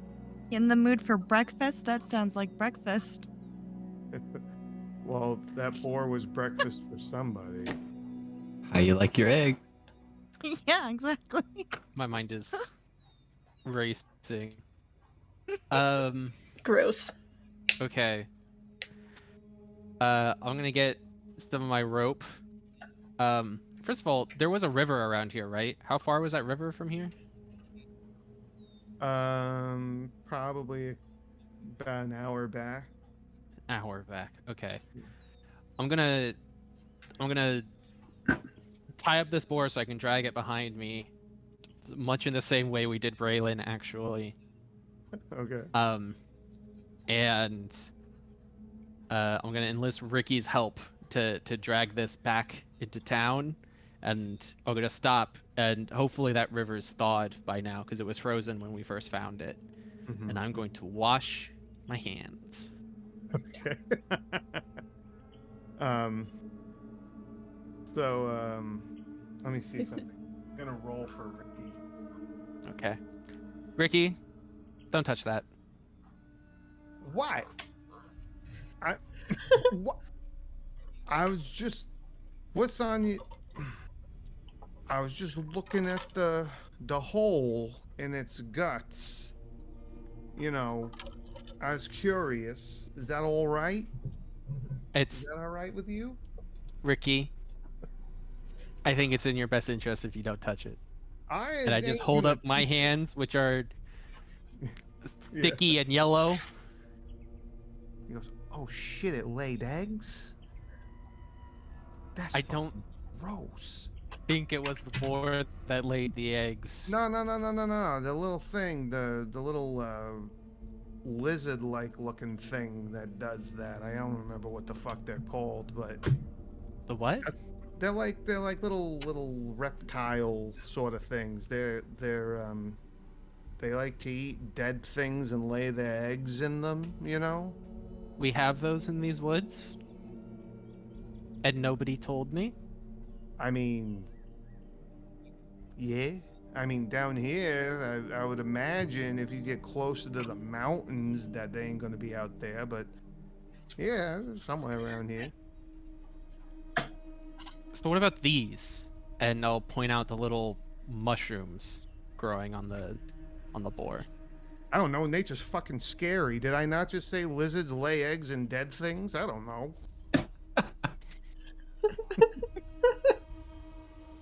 Valid. Okay, please pull on the rope, Ricky, and I don't think either of us should touch the boar anymore. And I'll wash my hands, if I Alright. may, if the river's not still frozen. The river's very cold, but it is not frozen. There's still like little chunks of ice here and there that are drifting through it. But you know, you're not gonna like, get frostbite or anything. You're fine. Gonna contaminate my water. Are we? This isn't the same river as the right? As the one that goes through the village. Are we downstream at least? Maybe. Oh no. Too late now. No looking back. The fish are gonna start crawling out of the river with limbs. Yeah. They change to a Gasping groove, air. and, Evolution.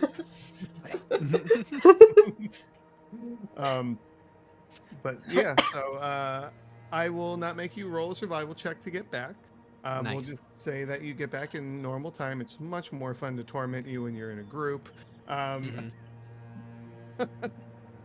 So as you're traveling back to the village, we'll put the not scary music on because we're leaving this place for the time being. Rarissa, what are you doing? Going to the tavern. Why are we going to the tavern? What's the plan? She's getting a drink. And Anthea a drink if she wants one. Okay.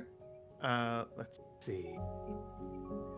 Pull out my description as you approach the tavern known as the Drunken Dragon. Upon entering, you're welcomed by the delightful smells of freshly baked bread and meat cooking.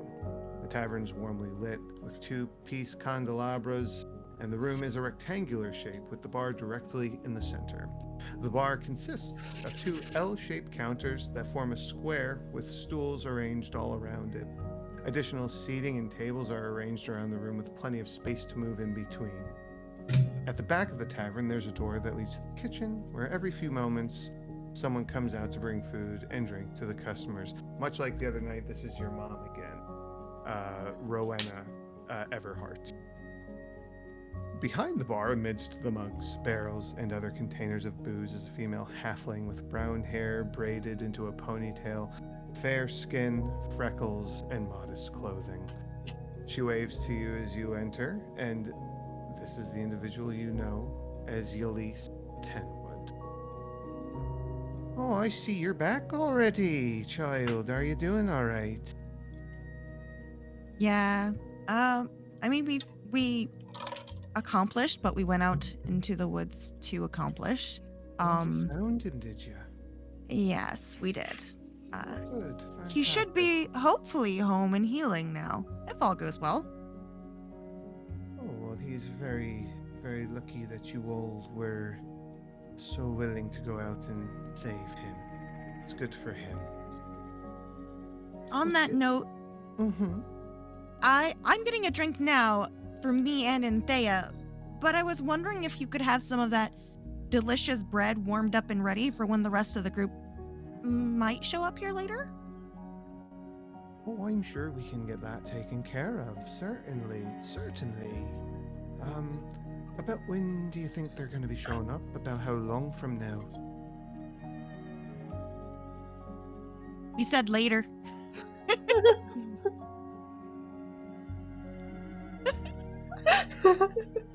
I'll just make sure we have some bread prepared and we'll just push it into the oven for a little bit to warm up and when they get here. We might not be the best at making plans yet. Oh, she gets you and Anthea a drink. Anthea's been pretty quiet this entire time. She's just kind of sitting there at the bar next to you, both hands around her drink that she raises to sip every now and again. But yeah, is there any interaction you wish to have with her? Yeah. She would like reach over and just kind of pet Anthea on the shoulder, like just pet her a little bit and be like, I know that was like not your normal environment, but I appreciated having another person that I was comfortable with there. So thanks for joining. She smiles, immediately turns to you at the touch, and she nods and she says, well, it might not be my normal social condition, but I do really like being out in nature though, so that was kind of nice. Even if we did get stuck in the woods at night, that was a little scary, but the rest of it was actually kind of nice, and I was glad that you were there because I wouldn't have gone otherwise. I don't really know those other people other than your sister really and kind of Ulrich. She'd be like, yeah. They seem nice. But you know, the snow was kind of pretty too. So upside's there, and yeah, we did find him. Yeah, all in all, I'd say it was a pretty good outing. They did seem nice. She would just like sip her drink and be like, She, and she perks up a moment as something comes by and she goes, "You were so loud. That was really impressive." thanks. It's not something I've done, I have to admit. Well, it worked. I've not really had run-ins with boar before either, so Yeah, they're usually pretty cranky from what I've seen. Oh, well, at least nobody got hurt, and at least Braylon didn't get hurt more. and you know it could have been worse. They could have shit themselves while they ran away, so at least we didn't have to deal with poop too.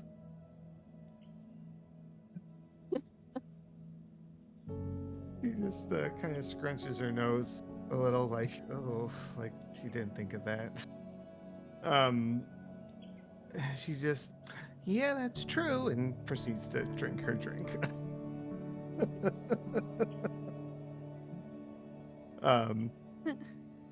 Okay. Anything else for Anthea or in this tavern at this moment? Nah, she's just gonna enjoy her drink with Anthea now. Okay. Let's see. Rena, let's go to you. You are Yes. fishing. Fishing, yes. Do I find the boys? I'm so sorry. Kate is rubbing up on the microphone. If you can hear whooshing. We don't. Come on, baby, get down. Alright, I'm ready. All right. So you do find them both. You find Lennar, who's an a male ASMR, slim figure with tan skin and short white hair, with very light blue eyes. And alongside him is River, who is a male water genasi, slim built with narrow shoulders and a sharp jawline. His skin is a light blue with light white swirls along his limbs, and his hair is medium length and white in coloration. Um, he they both look over as you're coming down the bridge. They're on the platform out in the middle of the river, and they're just kind of watching you for a minute. And Lenar goes, "Ah, look who finally decides to show up. Sleep in or something?" Yeah, whatever. No, I was out in the woods, thank you. By the way, hi, River, and she looks... Alone? No, with people, but she says hi to River, but she's clearly looking down at the water. He just kind of like takes one hand off of his fishing pole for a minute, raises his hand, and then puts it back. He's hey, Rena, and continues to do what he's doing. You see, they've already caught. They each have a bucket. There's a few fish in each one. Like they've already like gotten started a while ago. Mhm. And they Lenar's. Are you gonna come out and do some fishing today, or like what's going on? I mean, not with that attitude. She says that, but she's like getting all of her stuff out of her pack, ready to fish. And it goes, Yeah, oh, sorry. he elbows River, not hard, just like nudges him, and Mhm.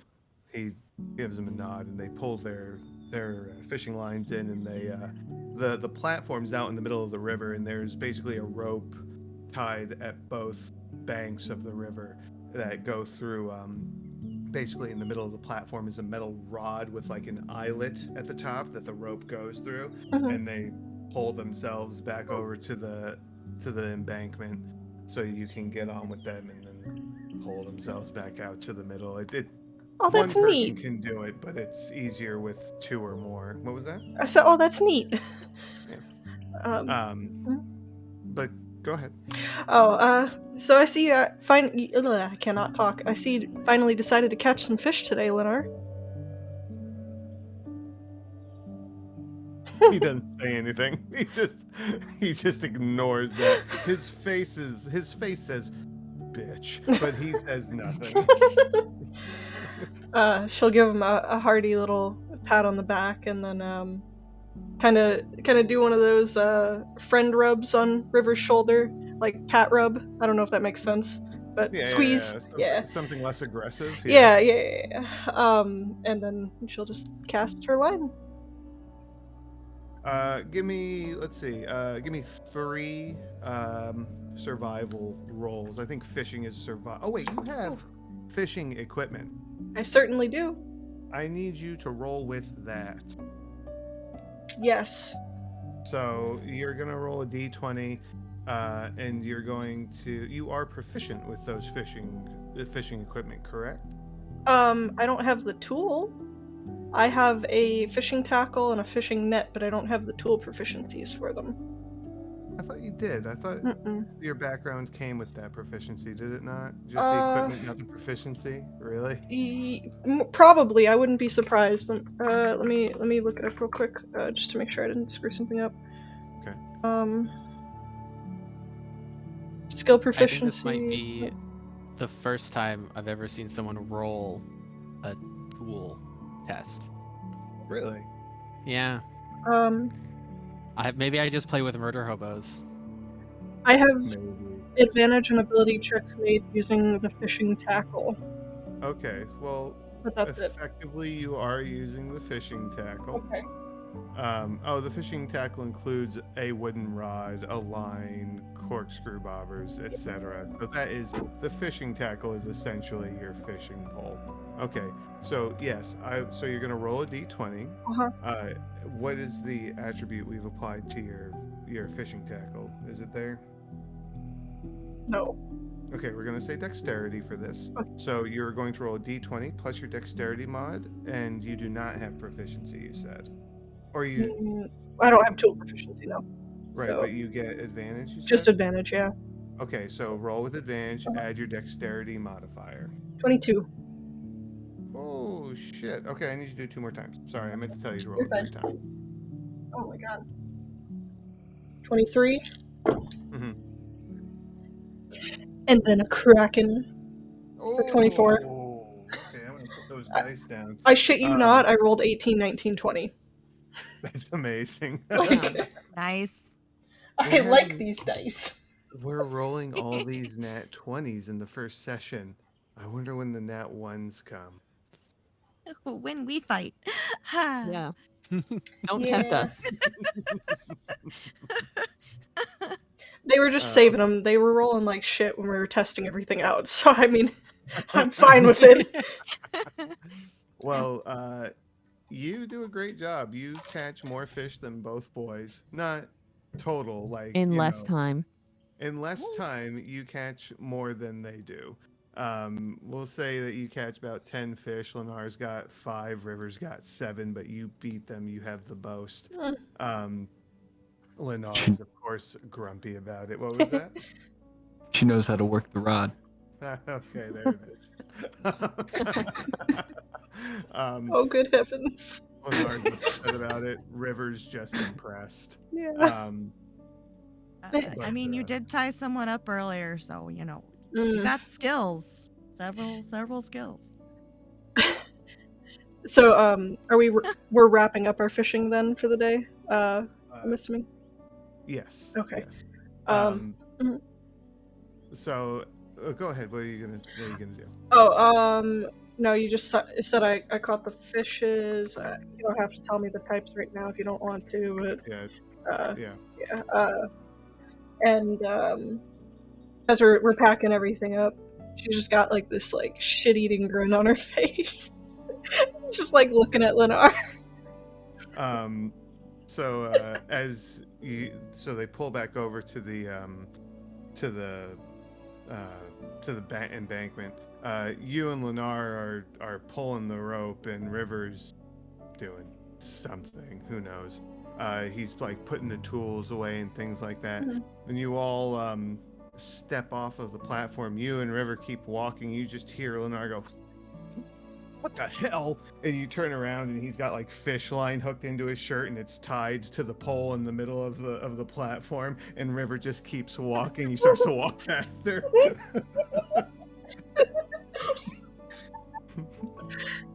She'll turn back and go, "Bye, Lenar. See you at the tavern later."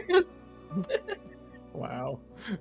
He's just visibly irritated, trying to unhook himself. She'll blow him a kiss and then just walk really fast to catch up with River. All right.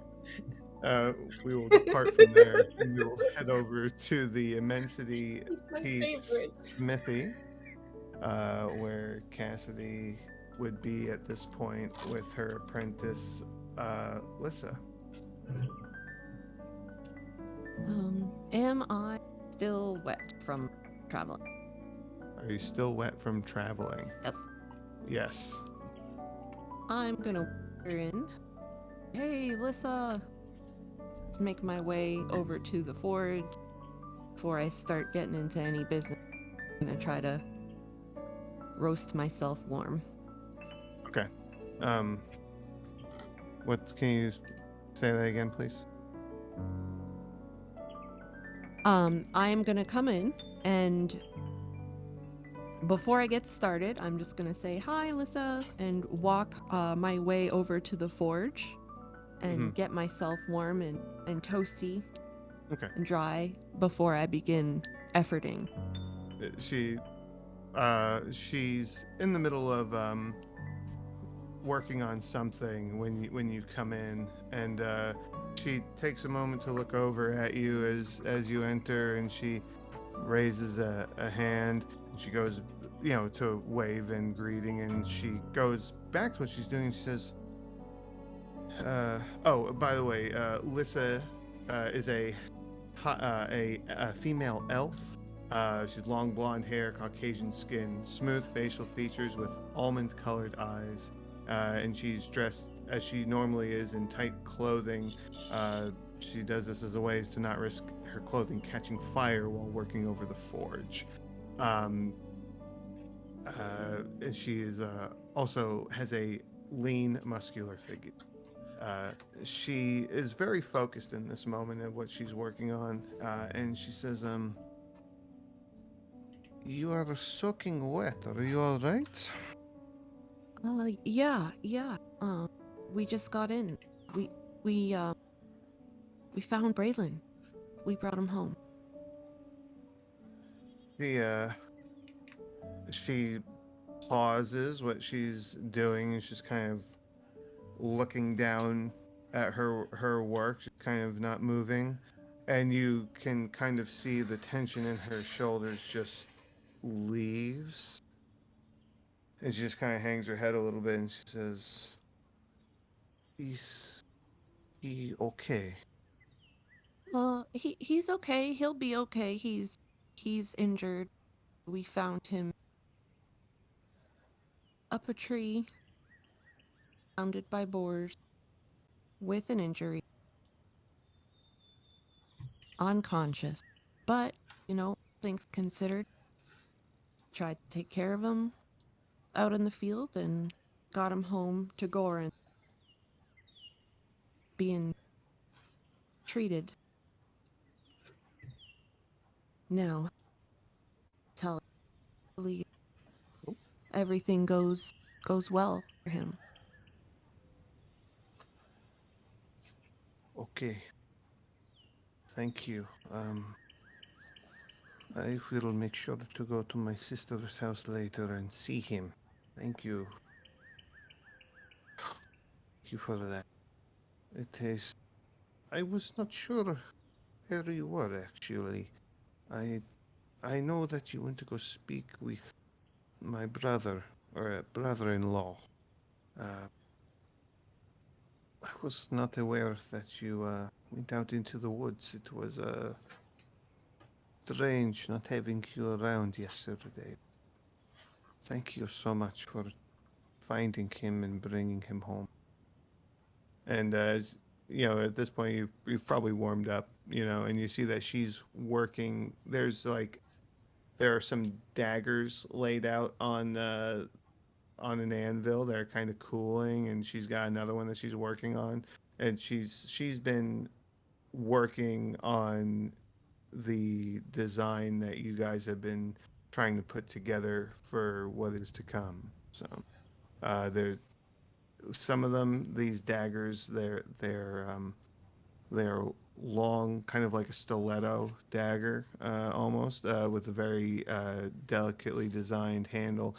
Some of them are good, and then some of them the measurements are just off. Like she's been having some trouble with it, but she's clearly making progress. Um, this is coming along, and I'm so sorry I didn't make time to tell you I was leaving. I went over and there was a group of us talking to Gorin, and we just left just then. I'm back now. I think before I buckle down and help you out with these daggers, I'm just gonna run home and drop off my kit. Drop off your what? My armor and my kit so I can be a little more help with the smith. Okay, all right. Are you okay? Yes, much better now. Yes. All right. Back. Okay. And she goes back to work. And you're just gonna leave, go home, and come back quick? Is that the idea? Uh, that's the idea. But if she meets parents at home, explain. You're cutting out a bit. I'm sorry. That was the idea. But Mhm. if she meets her parents, she's gonna explain where she's been and gonna blow them off. Okay. Um, yeah, I mean, you head home. Your parents are, well, your dad's not there, but mom is. She's just cleaning up around the house. Like she's gonna be back at the smithy later today, but right now she's just kind of straightening up, you know. Mm-hmm. Um, and she turns around as you enter, and says, "Oh, you're back. I was very worried. I can't remember. I'm just gonna be honest. Did you tell them that you were leaving?" Uh, nope. We just left the ceremony, and the group of us went straight to Goran's house um, to offer our aid, and hopefully maybe someone, Goran or other people involved, might have mentioned they sent out a search party, but Cassidy herself did not tell them. Okay. Cassidy did not You tell. know what? Hmm? She did. She did stop at home to grab her gear, She so did. it is Yeah. possible. It is let her at that point if they were both one or both of them were home. Yeah, you know what? I will allow that. Say Okay. that she did say because you're right. You did specifically point out that she ran. So, your mother, who is a water genasi, she is she's quite tall. Your mother's where the height comes from in your family for sure. She's you know well built. I'm not gonna say she's super muscular, but she's got a good athletic build to her, kind of like how I was gonna say Lissa, but I don't think that's right.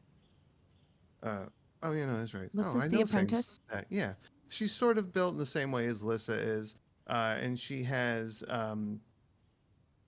like a regular Caucasian skin, but she always looks like she's a little damp. Like her skin always seems to have like this light sheen to it.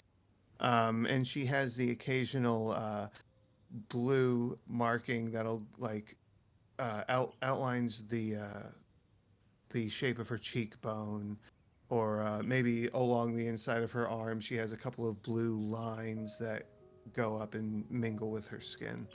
Um, but she uh, says, I'm glad that you're back in one piece. Your father's off at the mine. I will make sure to tell him when I see him that you're all right. Assuming he gets back before I go to the smithy. Um, is that what are you doing now? What's your plan? Well, I stopped in to the smithy and Lissa was there. I let her know about her nephew, and I just wanted to drop off all of this, and she kind of jiggles her shoulders to make her chainmail ka-chink ka-chink, Okay. drop off all of my gear, Mhm. start Okay. getting some work done. Okay. All right. Well, uh, you go ahead. Do what you have to do. I'm not going to slow you down. I'm glad you're back safe. Maybe don't do that again.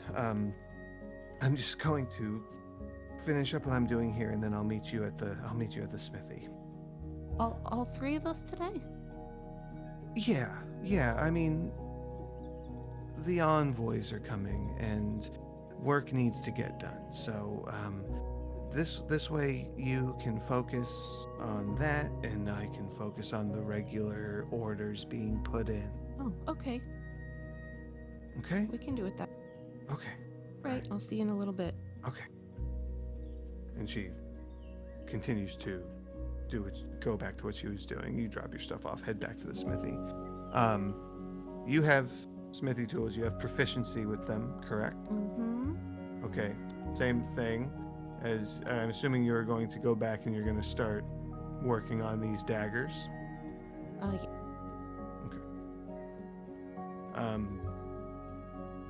So go ahead. I need 3 rolls done using your tools. So it's going to be a dexterity modifier again because we're going for precision here. You're making something intricate as you create the ornate design that goes on the handle of these daggers. So D20 plus your dex mod plus your proficiency bonus because you are proficient. 17. 17. What was that last one? 19. Okay. 19. Got it. 11. Okay. Really good rolls. You start out really strong, and I'm gonna say that you. How many of these are you aiming to make? What's your goal? Of the high quality decorative dagger, Mm-hmm. I would like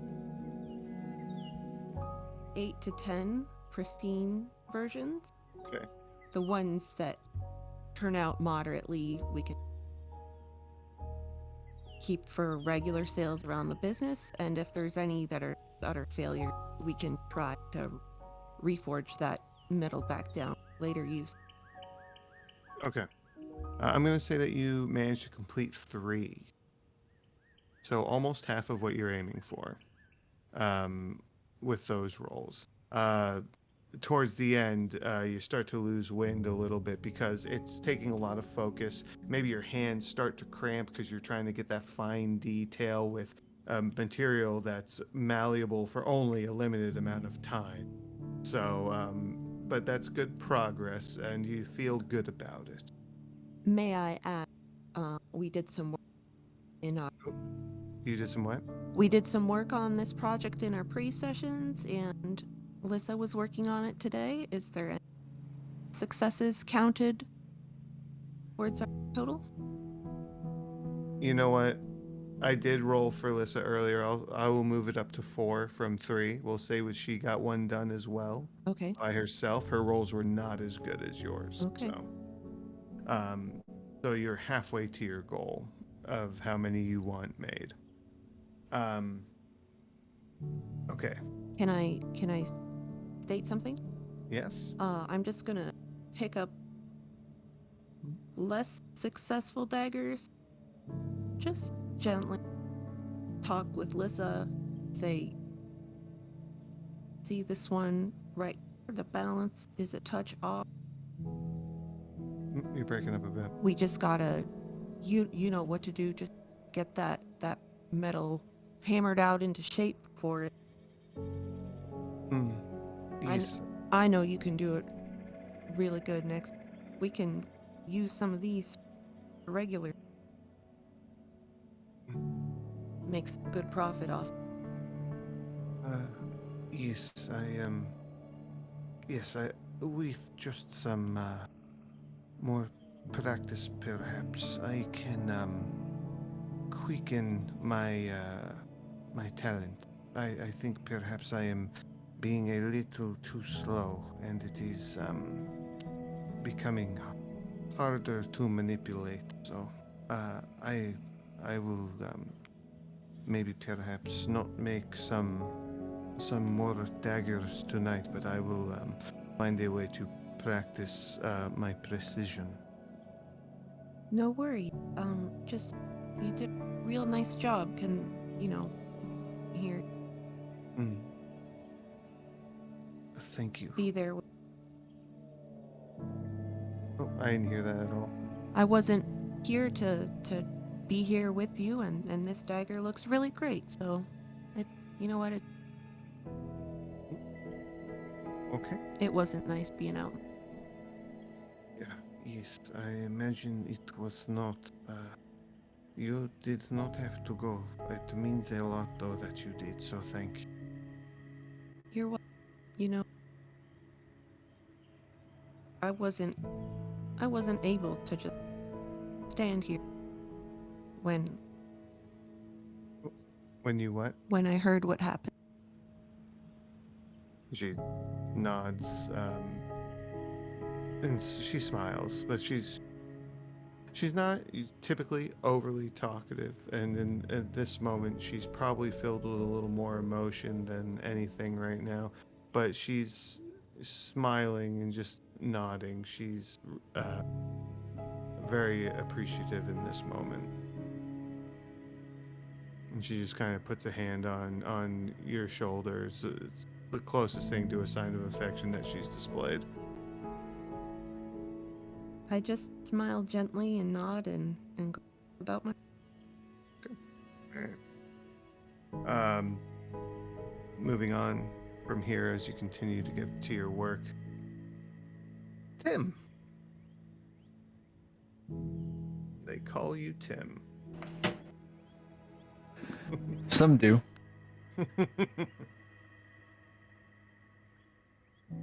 Alright, what are we doing? Going home. I'll right? probably go to the patriarch first, and then my more immediate boss, Theo, and Okay. So- Tom, Theo. Yeah, I'm pulling up the family list. Pulling- Parents are down at the bottom. Yeah, that they are. Yeah. So your father, the patriarch, he's just this mountain of a man, sitting back, watching everybody work, essentially, and you walk up and just kind of slowly turns to look at you. He's much as you had explained Tim to be. He is kissed by the sun. He is, and his skin has more wrinkles because of it. It's looking leathered. Yes, like a nice leathered look. He's just got like a straw hat on the top of his head, leaned back. He's got salt and pepper hair that's peeking out from under it, and light gray eyes. He just looks up to you and he goes, "Where have you been?" We were out in the forest searching for Braylon. Found him. Didn't think I'd be gone so long. I apologize. I think we hardly ever know how long we'll be gone till we've already been gone. Staring out into the field. Yeah, well, anybody die? No, sir. All alive and accounted for. Good work. Thank you. You're alright then. Oh, yeah. Pretty good. It got really cold. Little ice spell out in the middle of the gosh darn woods. But any emergencies happen? I know we had that storm the day I'd left. Anything? No damages, right? A little more water in the west fields than I would have liked, but that's for Theovrin to worry about. He's gonna kick your ass, boy. Yeah, I know. He'll be working me like a dog for the rest of the week. He just tilts his chair back, just kind of rocks back and forth, and just.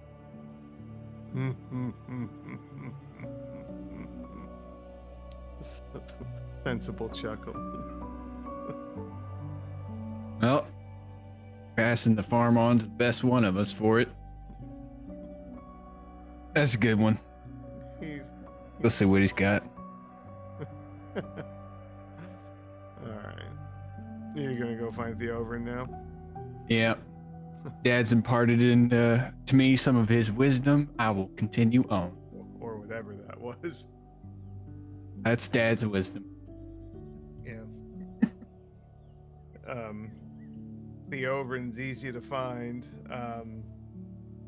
He's out there with Thadwick, actually, who, Thadwick's just basically like a shorter version of Theobrin. He's usually in charge of your sales and stuff like that, but Thadwick looks up and he goes, "Oh, it's about time you got out here. I'm going back in the damn house. This shit's for the birds." And he turns around and walks away. And Theobrin stands up from tending to some crops, just checking on them. And he goes, "Where the hell have you been? It is noon already. Shit, it's probably past noon by now." Actually, I think it's about snack time. I'm sorry. I told you I was going to look for that Braylon boy. We had to go out in the forest, and it took a bit longer than we thought it would. Well, I'll be sure to let everybody know next time. I wasn't expecting you to be gone for that long. Damn. Well, I guess it doesn't matter too much. These things ain't ready to come up just yet anyway, but... Well, shit. Did he die? Nope, we got him out alive. Well, hell, I guess that's something positive out of it. Yeah, he's got a nasty wound. Talia's tending to the infection. As she does. Yep, I'm sure he'll be fine. Yeah, well, hopefully when he comes out of it, he'll have a little more sense about him. Doubt it. I do hope so. But yeah, I'll work tomorrow. Cover what I missed here today. Yeah. All right. Trade shifts. I mean, if these damn things are going to be ready to pull up soon, we're all going to have to be out here anyway. I told the village elders that I'd have plenty of this for the offering, so I'll be out here with you either way. I don't doubt it. All right, well, you know what to do. You can go about it. So he dismisses you. He's clearly irritated up until the point where you remind him that you did tell him what you were doing. And it occurs to him. He's like, shit.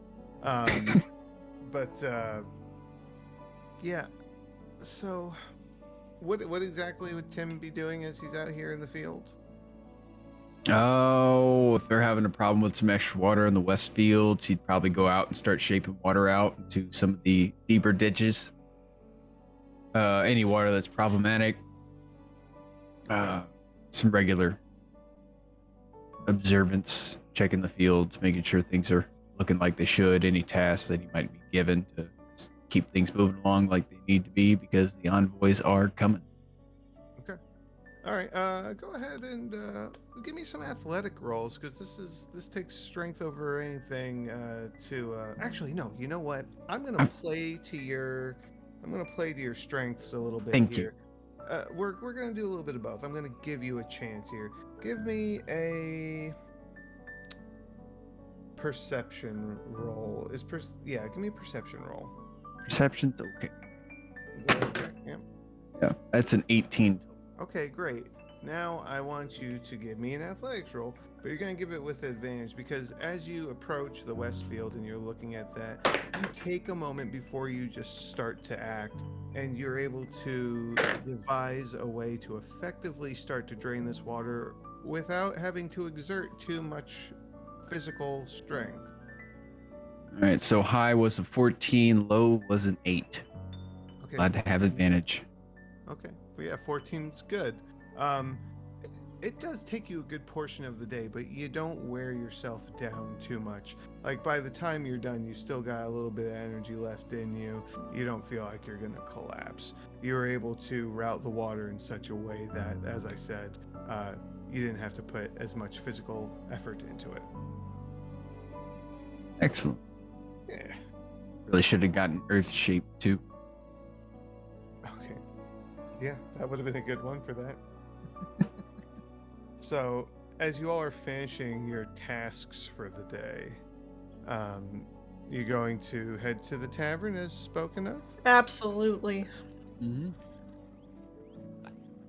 I'm gonna ask, where in the village is a sensible place to keep this thing? Uh, hmm, sorry. I'll let you continue. I would say that the best place to probably leave it would be at one of the farms if they would allow you to do that. The Roundstone Cow Ranch is where Gorin and Braylon are. That place does prioritize cattle and things of that nature. So if you were to string this thing up, it might be a good place for it. You could also ask the Triple T Farms as well because they do house some field animals and things of that nature. Gotcha. All right, that's good. I will uh enlist Ricky's help if you wouldn't mind. To Of course. yeah, it is his job, isn't it? Yeah, yeah. Um, I mean, yeah. uh, and we'll bring it to Triple T Farm, and uh, hopefully find Tim, just because he's familiar with it, and He'll okay, yeah. Mm-hmm. and uh, ultimately, I just want it kept somewhere safe where it's not gonna like get anyone sick or infect anything, because I don't really know what's going on with it. Right. And also Yeah. hopefully if was her name Talia? If Talia could take a look at it, specifically those mushrooms that are growing on it. Okay. All right. Um, yeah, Talia is not here currently, but you can ask Mm-hmm. her to do that later. I will say Cool. you can find time to do that without having to go through it all. Um, give me a perception roll. If only I were in the woods. You are not in the woods. Quick, hug a tree. That is a 10 total. Okay. That's okay. It's all right. It wasn't a All high right. DC. As you're pulling this boar, you notice after a moment, after you're on the farm, uh, Mm-hmm. you notice that it's becoming a little harder to pull. And you turn around and you just see that Ricky is like staring off to the side, like he's completely distracted. When you got here, you spoke to Lula, which is That son one of of a bitch. Tim's sisters. She's got fair skin, freckles, red hair, very pretty girl. And you just see him, he's over there going, "Hey, how you doing?" He's like calling to her from across the farm, and he just gives a little wave. Oh my god. Question. Yeah, Do I notice this with an 18 perception? yeah, you do. You certainly do. I'm gonna What? approach Ricky. Uh-oh. Tim, this is Ricky. Ricky, this is Tim. I don't know if you've met. Hey, what's good? Here comes the first NPC death. I'll tell you what's good, Ricky. Oh, Manners. Don't come catcalling my sister on my farm. oh, wait, I was just saying hello. Uh-huh. Watch it. We're all very protective of Tallulah, right? No one hurts Tallulah, Ricky. I ain't hurting nobody. I just saying hello. Better not be. Give me an intimidation roll. Shit. Was it the one? No. I almost wish it were. It's a 3. So a total of 4? Okay, understood. He's just mouthy, you know. It's like I ain't fucking cat calling nobody. I was just saying hello. He's just like, God, hey, Ulrich, come on, pull a little bit, would you? And he's pulling the board. Is that my boar? Well, if you still want it, What's wrong with it? a few things. I don't know where to start or if now is even the time. I'm just hoping we could keep it somewhere safe. Also hoping maybe your sister could take a look at it. Okay, let me take a look at it real quick. Yeah, and I'll Tell me about what you found, though. I'll point out everything. The kind of open cavity. I'll point out where I found the Yeah, remains it's of the quite, eggs, the yeah, mushrooms and stuff. the hole's quite noticeable. Like it's not small. Yeah. Oh, okay. It's 19 on investigation. What are you investigating? Like, what are you? This trying to do? this carcass. I'm gonna take my own look at it. Right. Well, you're looking. What are you looking for specifically? Like, He's mentioned fungi growth. yeah. Definitely concerned about that, especially with how it could interact with the crops. Some funguses are a pestilence to crops, essentially. So, Okay. Well, with a 19, it's a, it's a, it's not a mushroom that you recognize. It's not a fungus that you recognize. It does seem like it's growing directly out of the animal's hide. Um, but it's not familiar to you. It doesn't look, or I'm going to use the word ornate. It looks very bland. It's like just a pale color, and it grows. It's not like a stalk with a tip. It's like it grows as like a plate almost. Are you giggling at Stalk with Tip Yeah, she is. again? No. Guys, children. there are so few shapes we can name. Listen, I could have said that the reason the boar has a bigger hole is because it met with the fun guy. Huh. Oh man. Oh, nice. Oh dude. That one Okay. hit. All right. What were we doing? Yeah. So the mushrooms are growing directly from the skin. They don't look like they are poisonous or like something that's going to like the types of fungus you would be thinking of that would spread spores that are going to hurt your crops. It doesn't look like that kind of Yeah, mushroom. this seems to be feasting off the decay of an animal. Yeah, Shouldn't affect the plants. right. It's not something you've seen before, as I said, but it's also doesn't look like the what you're looking for in this case. Okay. I have a sort of workshop storeroom. We can bring it there. Easy enough. Tallulah, no, not Tallulah. Talia and I will have to study it. This is interesting. I've never seen this before. And you said there were eggs? There were. The remains of eggs. Yes. Huh. I ended up accidentally shoving my hand through the remains of some yolk and some shells. Okay, so some of the eggs did not reach full maturity. There's a good chance some hatched as well. Yeah. Okay. This is odd. What? Yeah, nature's Is that fucking normal? scary. Ricky says that lizards do it. Lizards that I've never heard of before. Give a curious glance at Ricky. What? Hmm.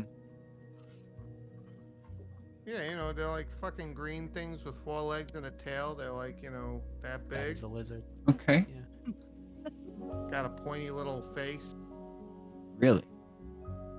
Sure. Well, Ricky, I do apologize for my curt demeanor before, but we will have to talk at some point in time about the different beasts that you encountered in the forest.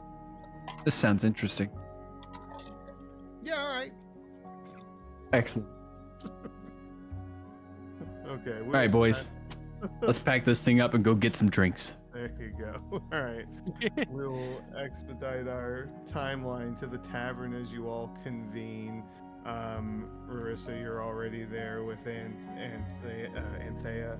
I don't know why I keep screwing up her name in my head. I keep wanting to say anathema. Anathema.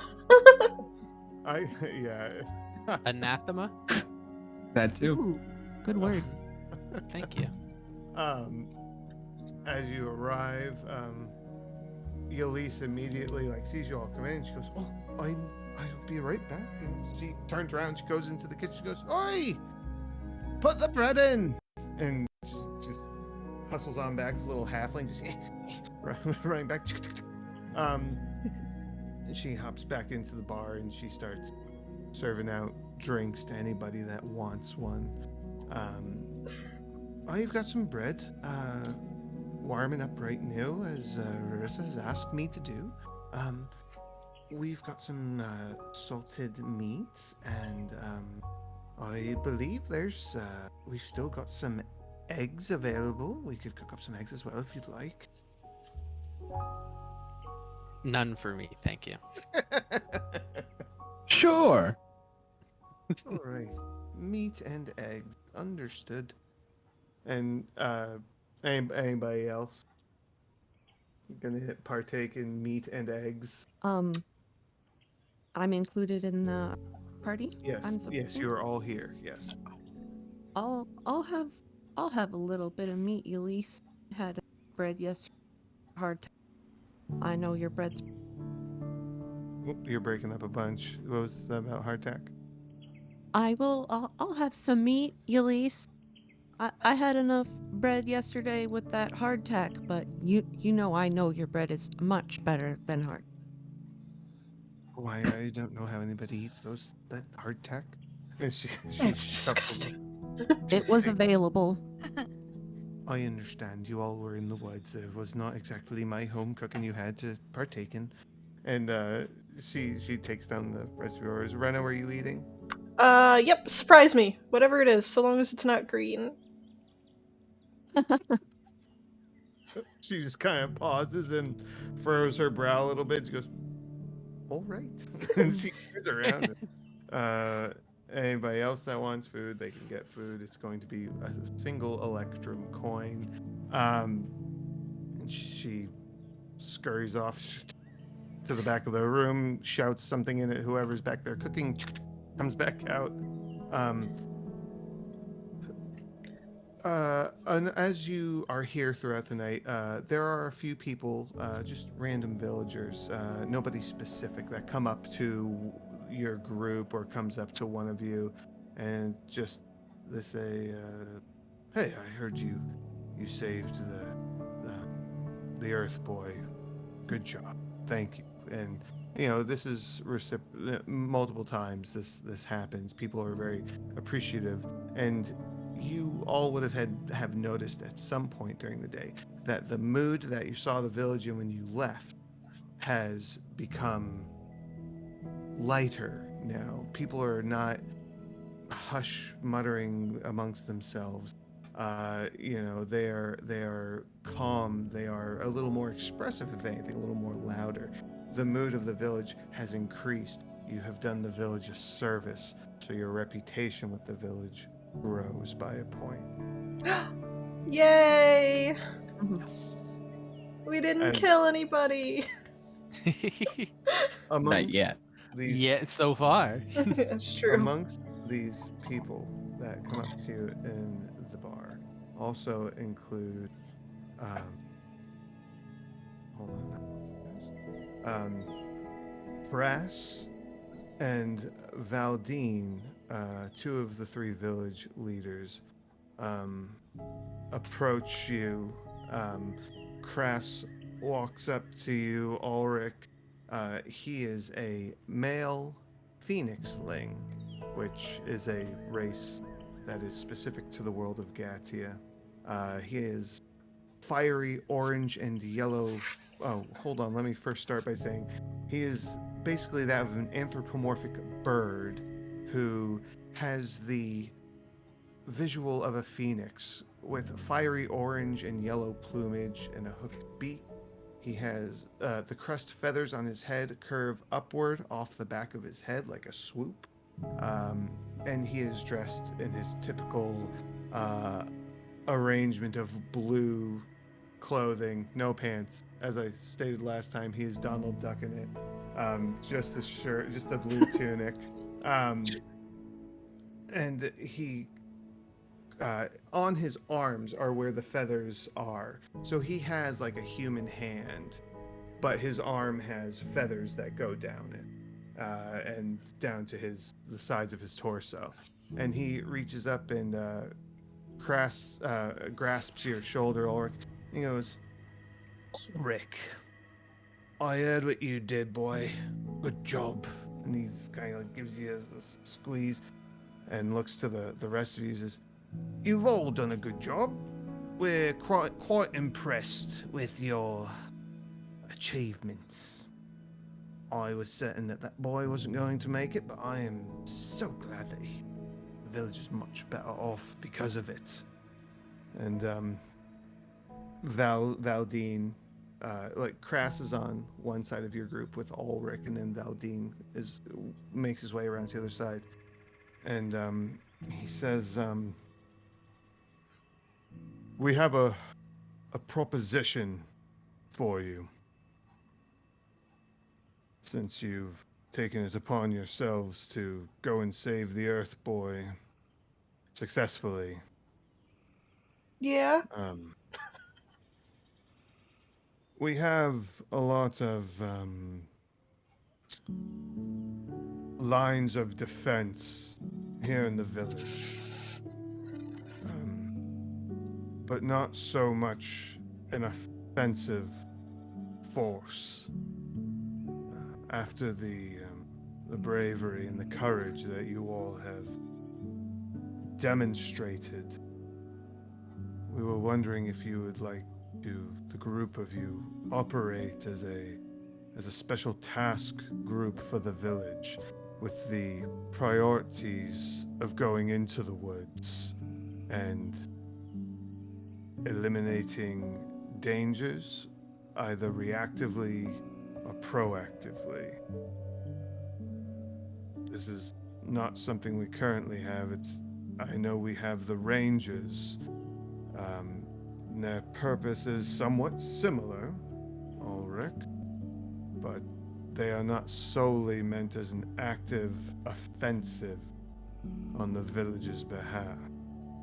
They're there to hunt, to gather, and when necessary, take defensive measures against what's out there. But I think when it comes to something like this, or if there is a looming danger out there that needs to be taken care of, we need a group of individuals. There's no outside force that's going to come and save us. So myself, Prass, and Umir, who's not here right now, the three of us were wondering if you all would be so brave as to take up this task for the village of Greystad. That's a lot This to is- ask. It It's is. Viren Talentals, right? Did you hear that? Or was it the different V? This is Valdine. Valdine. Valdine. No. Okay. I don't think I have him written down. Valdeen. Okay. Rena's looking Spelled at it her. right. Rena's looking at her sister like, you want to go back out in the woods?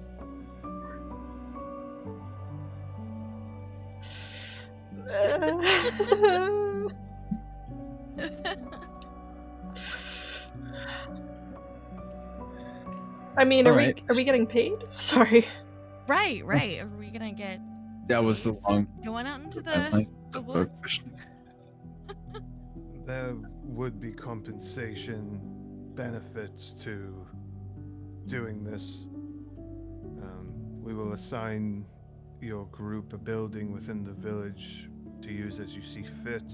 Oh, You will have the permission from the village leaders, to ask the aid of any of the villagers here in town for a quest, within reason. and you would be recognized as a form of authority, not above the shepherds or the village leaders, but you would have a form of authority.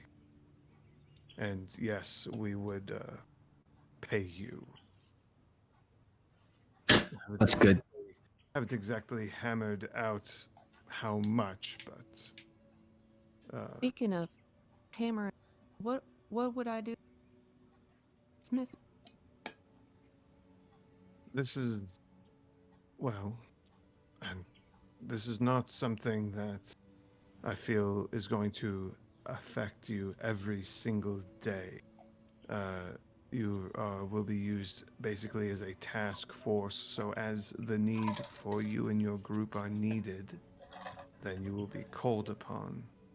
Um, you would still be able to do your regular tasks within the village, but I would recommend, if you do not have somebody that could fill your shoes for a day, perhaps look into that now, if you so choose to take on this role. I suppose the boys can handle fishing without me. Yeah. And What was that? Mom and Lissa can handle the smithy when I'm out. Mm-hmm. Speaking just for myself, I think that the details of the terms Mm-hmm. of this agreement need to be discussed, but and I'll kind of look up to Crass, then addressing the both of them. Mm-hmm. If this is what Greystan needs, I can do it.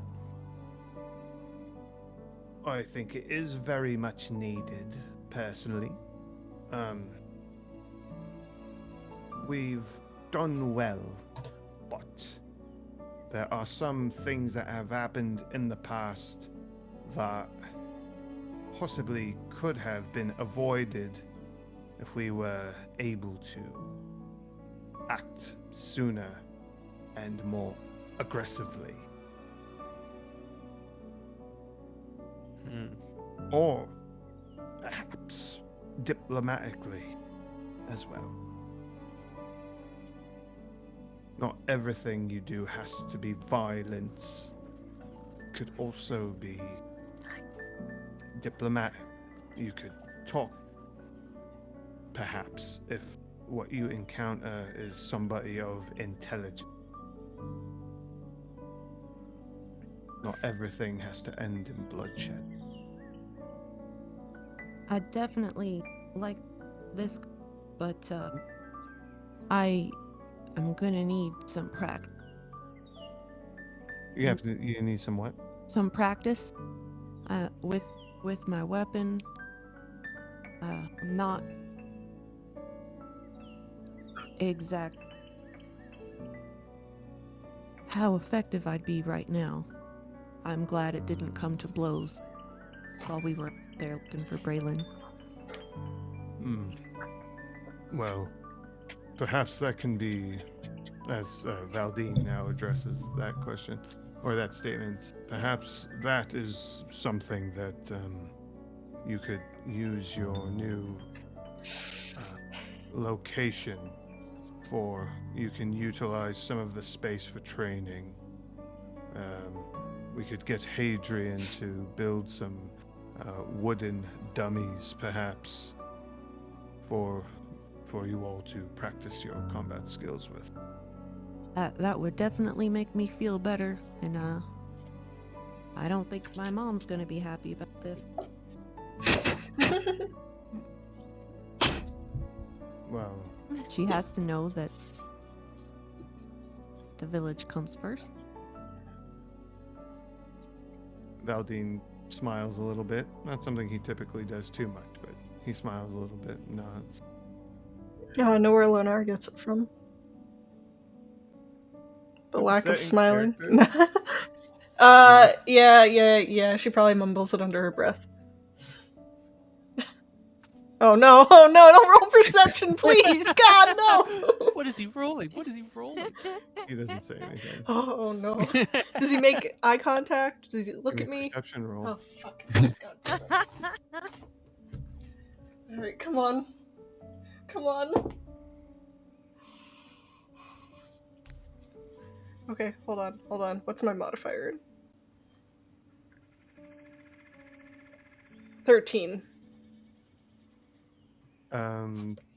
You don't see him look to you. Oh God, why are you like this? You don't notice gaining any attention. So, Crass speaks up there. He goes, "Well, sounds like everybody is well, actually, Tim, I don't think I've heard from you." Well, I was about to speak up. Oh, yes, please do. I've been meaning to have a conversation with the elders for quite some time. I had a few questions. One of which is, how does village expansion look for you, your mind, or in y'all's minds? Well, Are we looking to clear out more of the woods around the village? We organize things a little bit further. I know we could probably use more farmland. It's a fight every year just to keep crops going. Well, we expand as we see fit. We try not to encroach on nature too much, as Levana Tree Spark has requested that we try not chop down too many trees. Yeah, I'm familiar with her rhetoric. When we like to respect that rhetoric, as a large portion of the village is of her flock.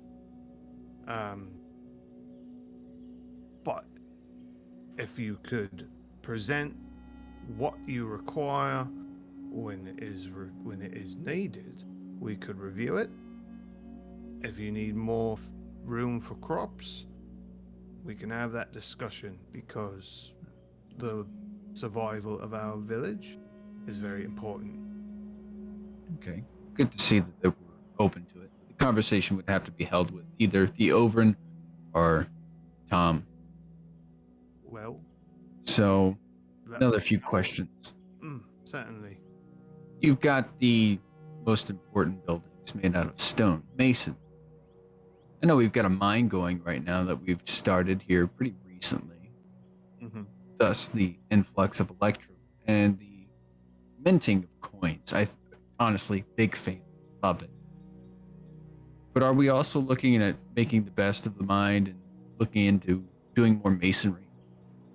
As we all know, the weather can be pretty harsh. It would be best to have some more sturdy building.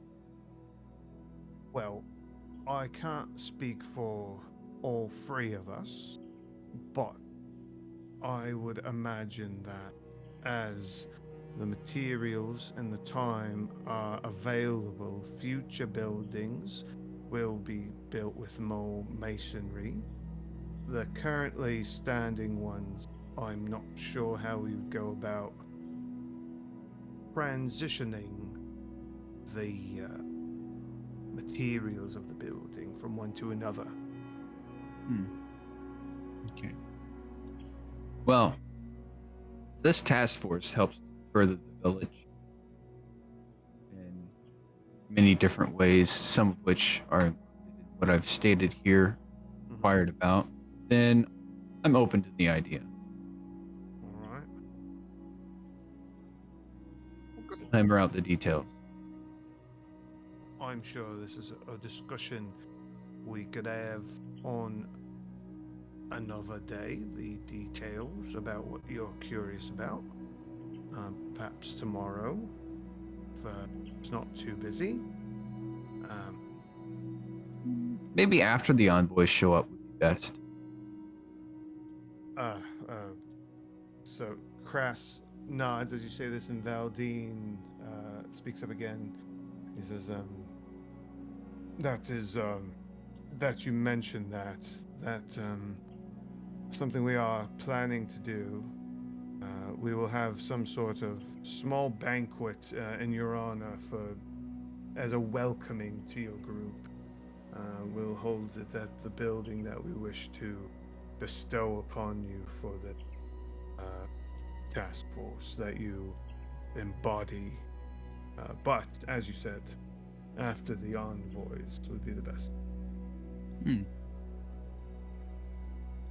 Well, on that note, then, we will leave you to your festivities, your drinking and cohorting. Think of a name for yourselves.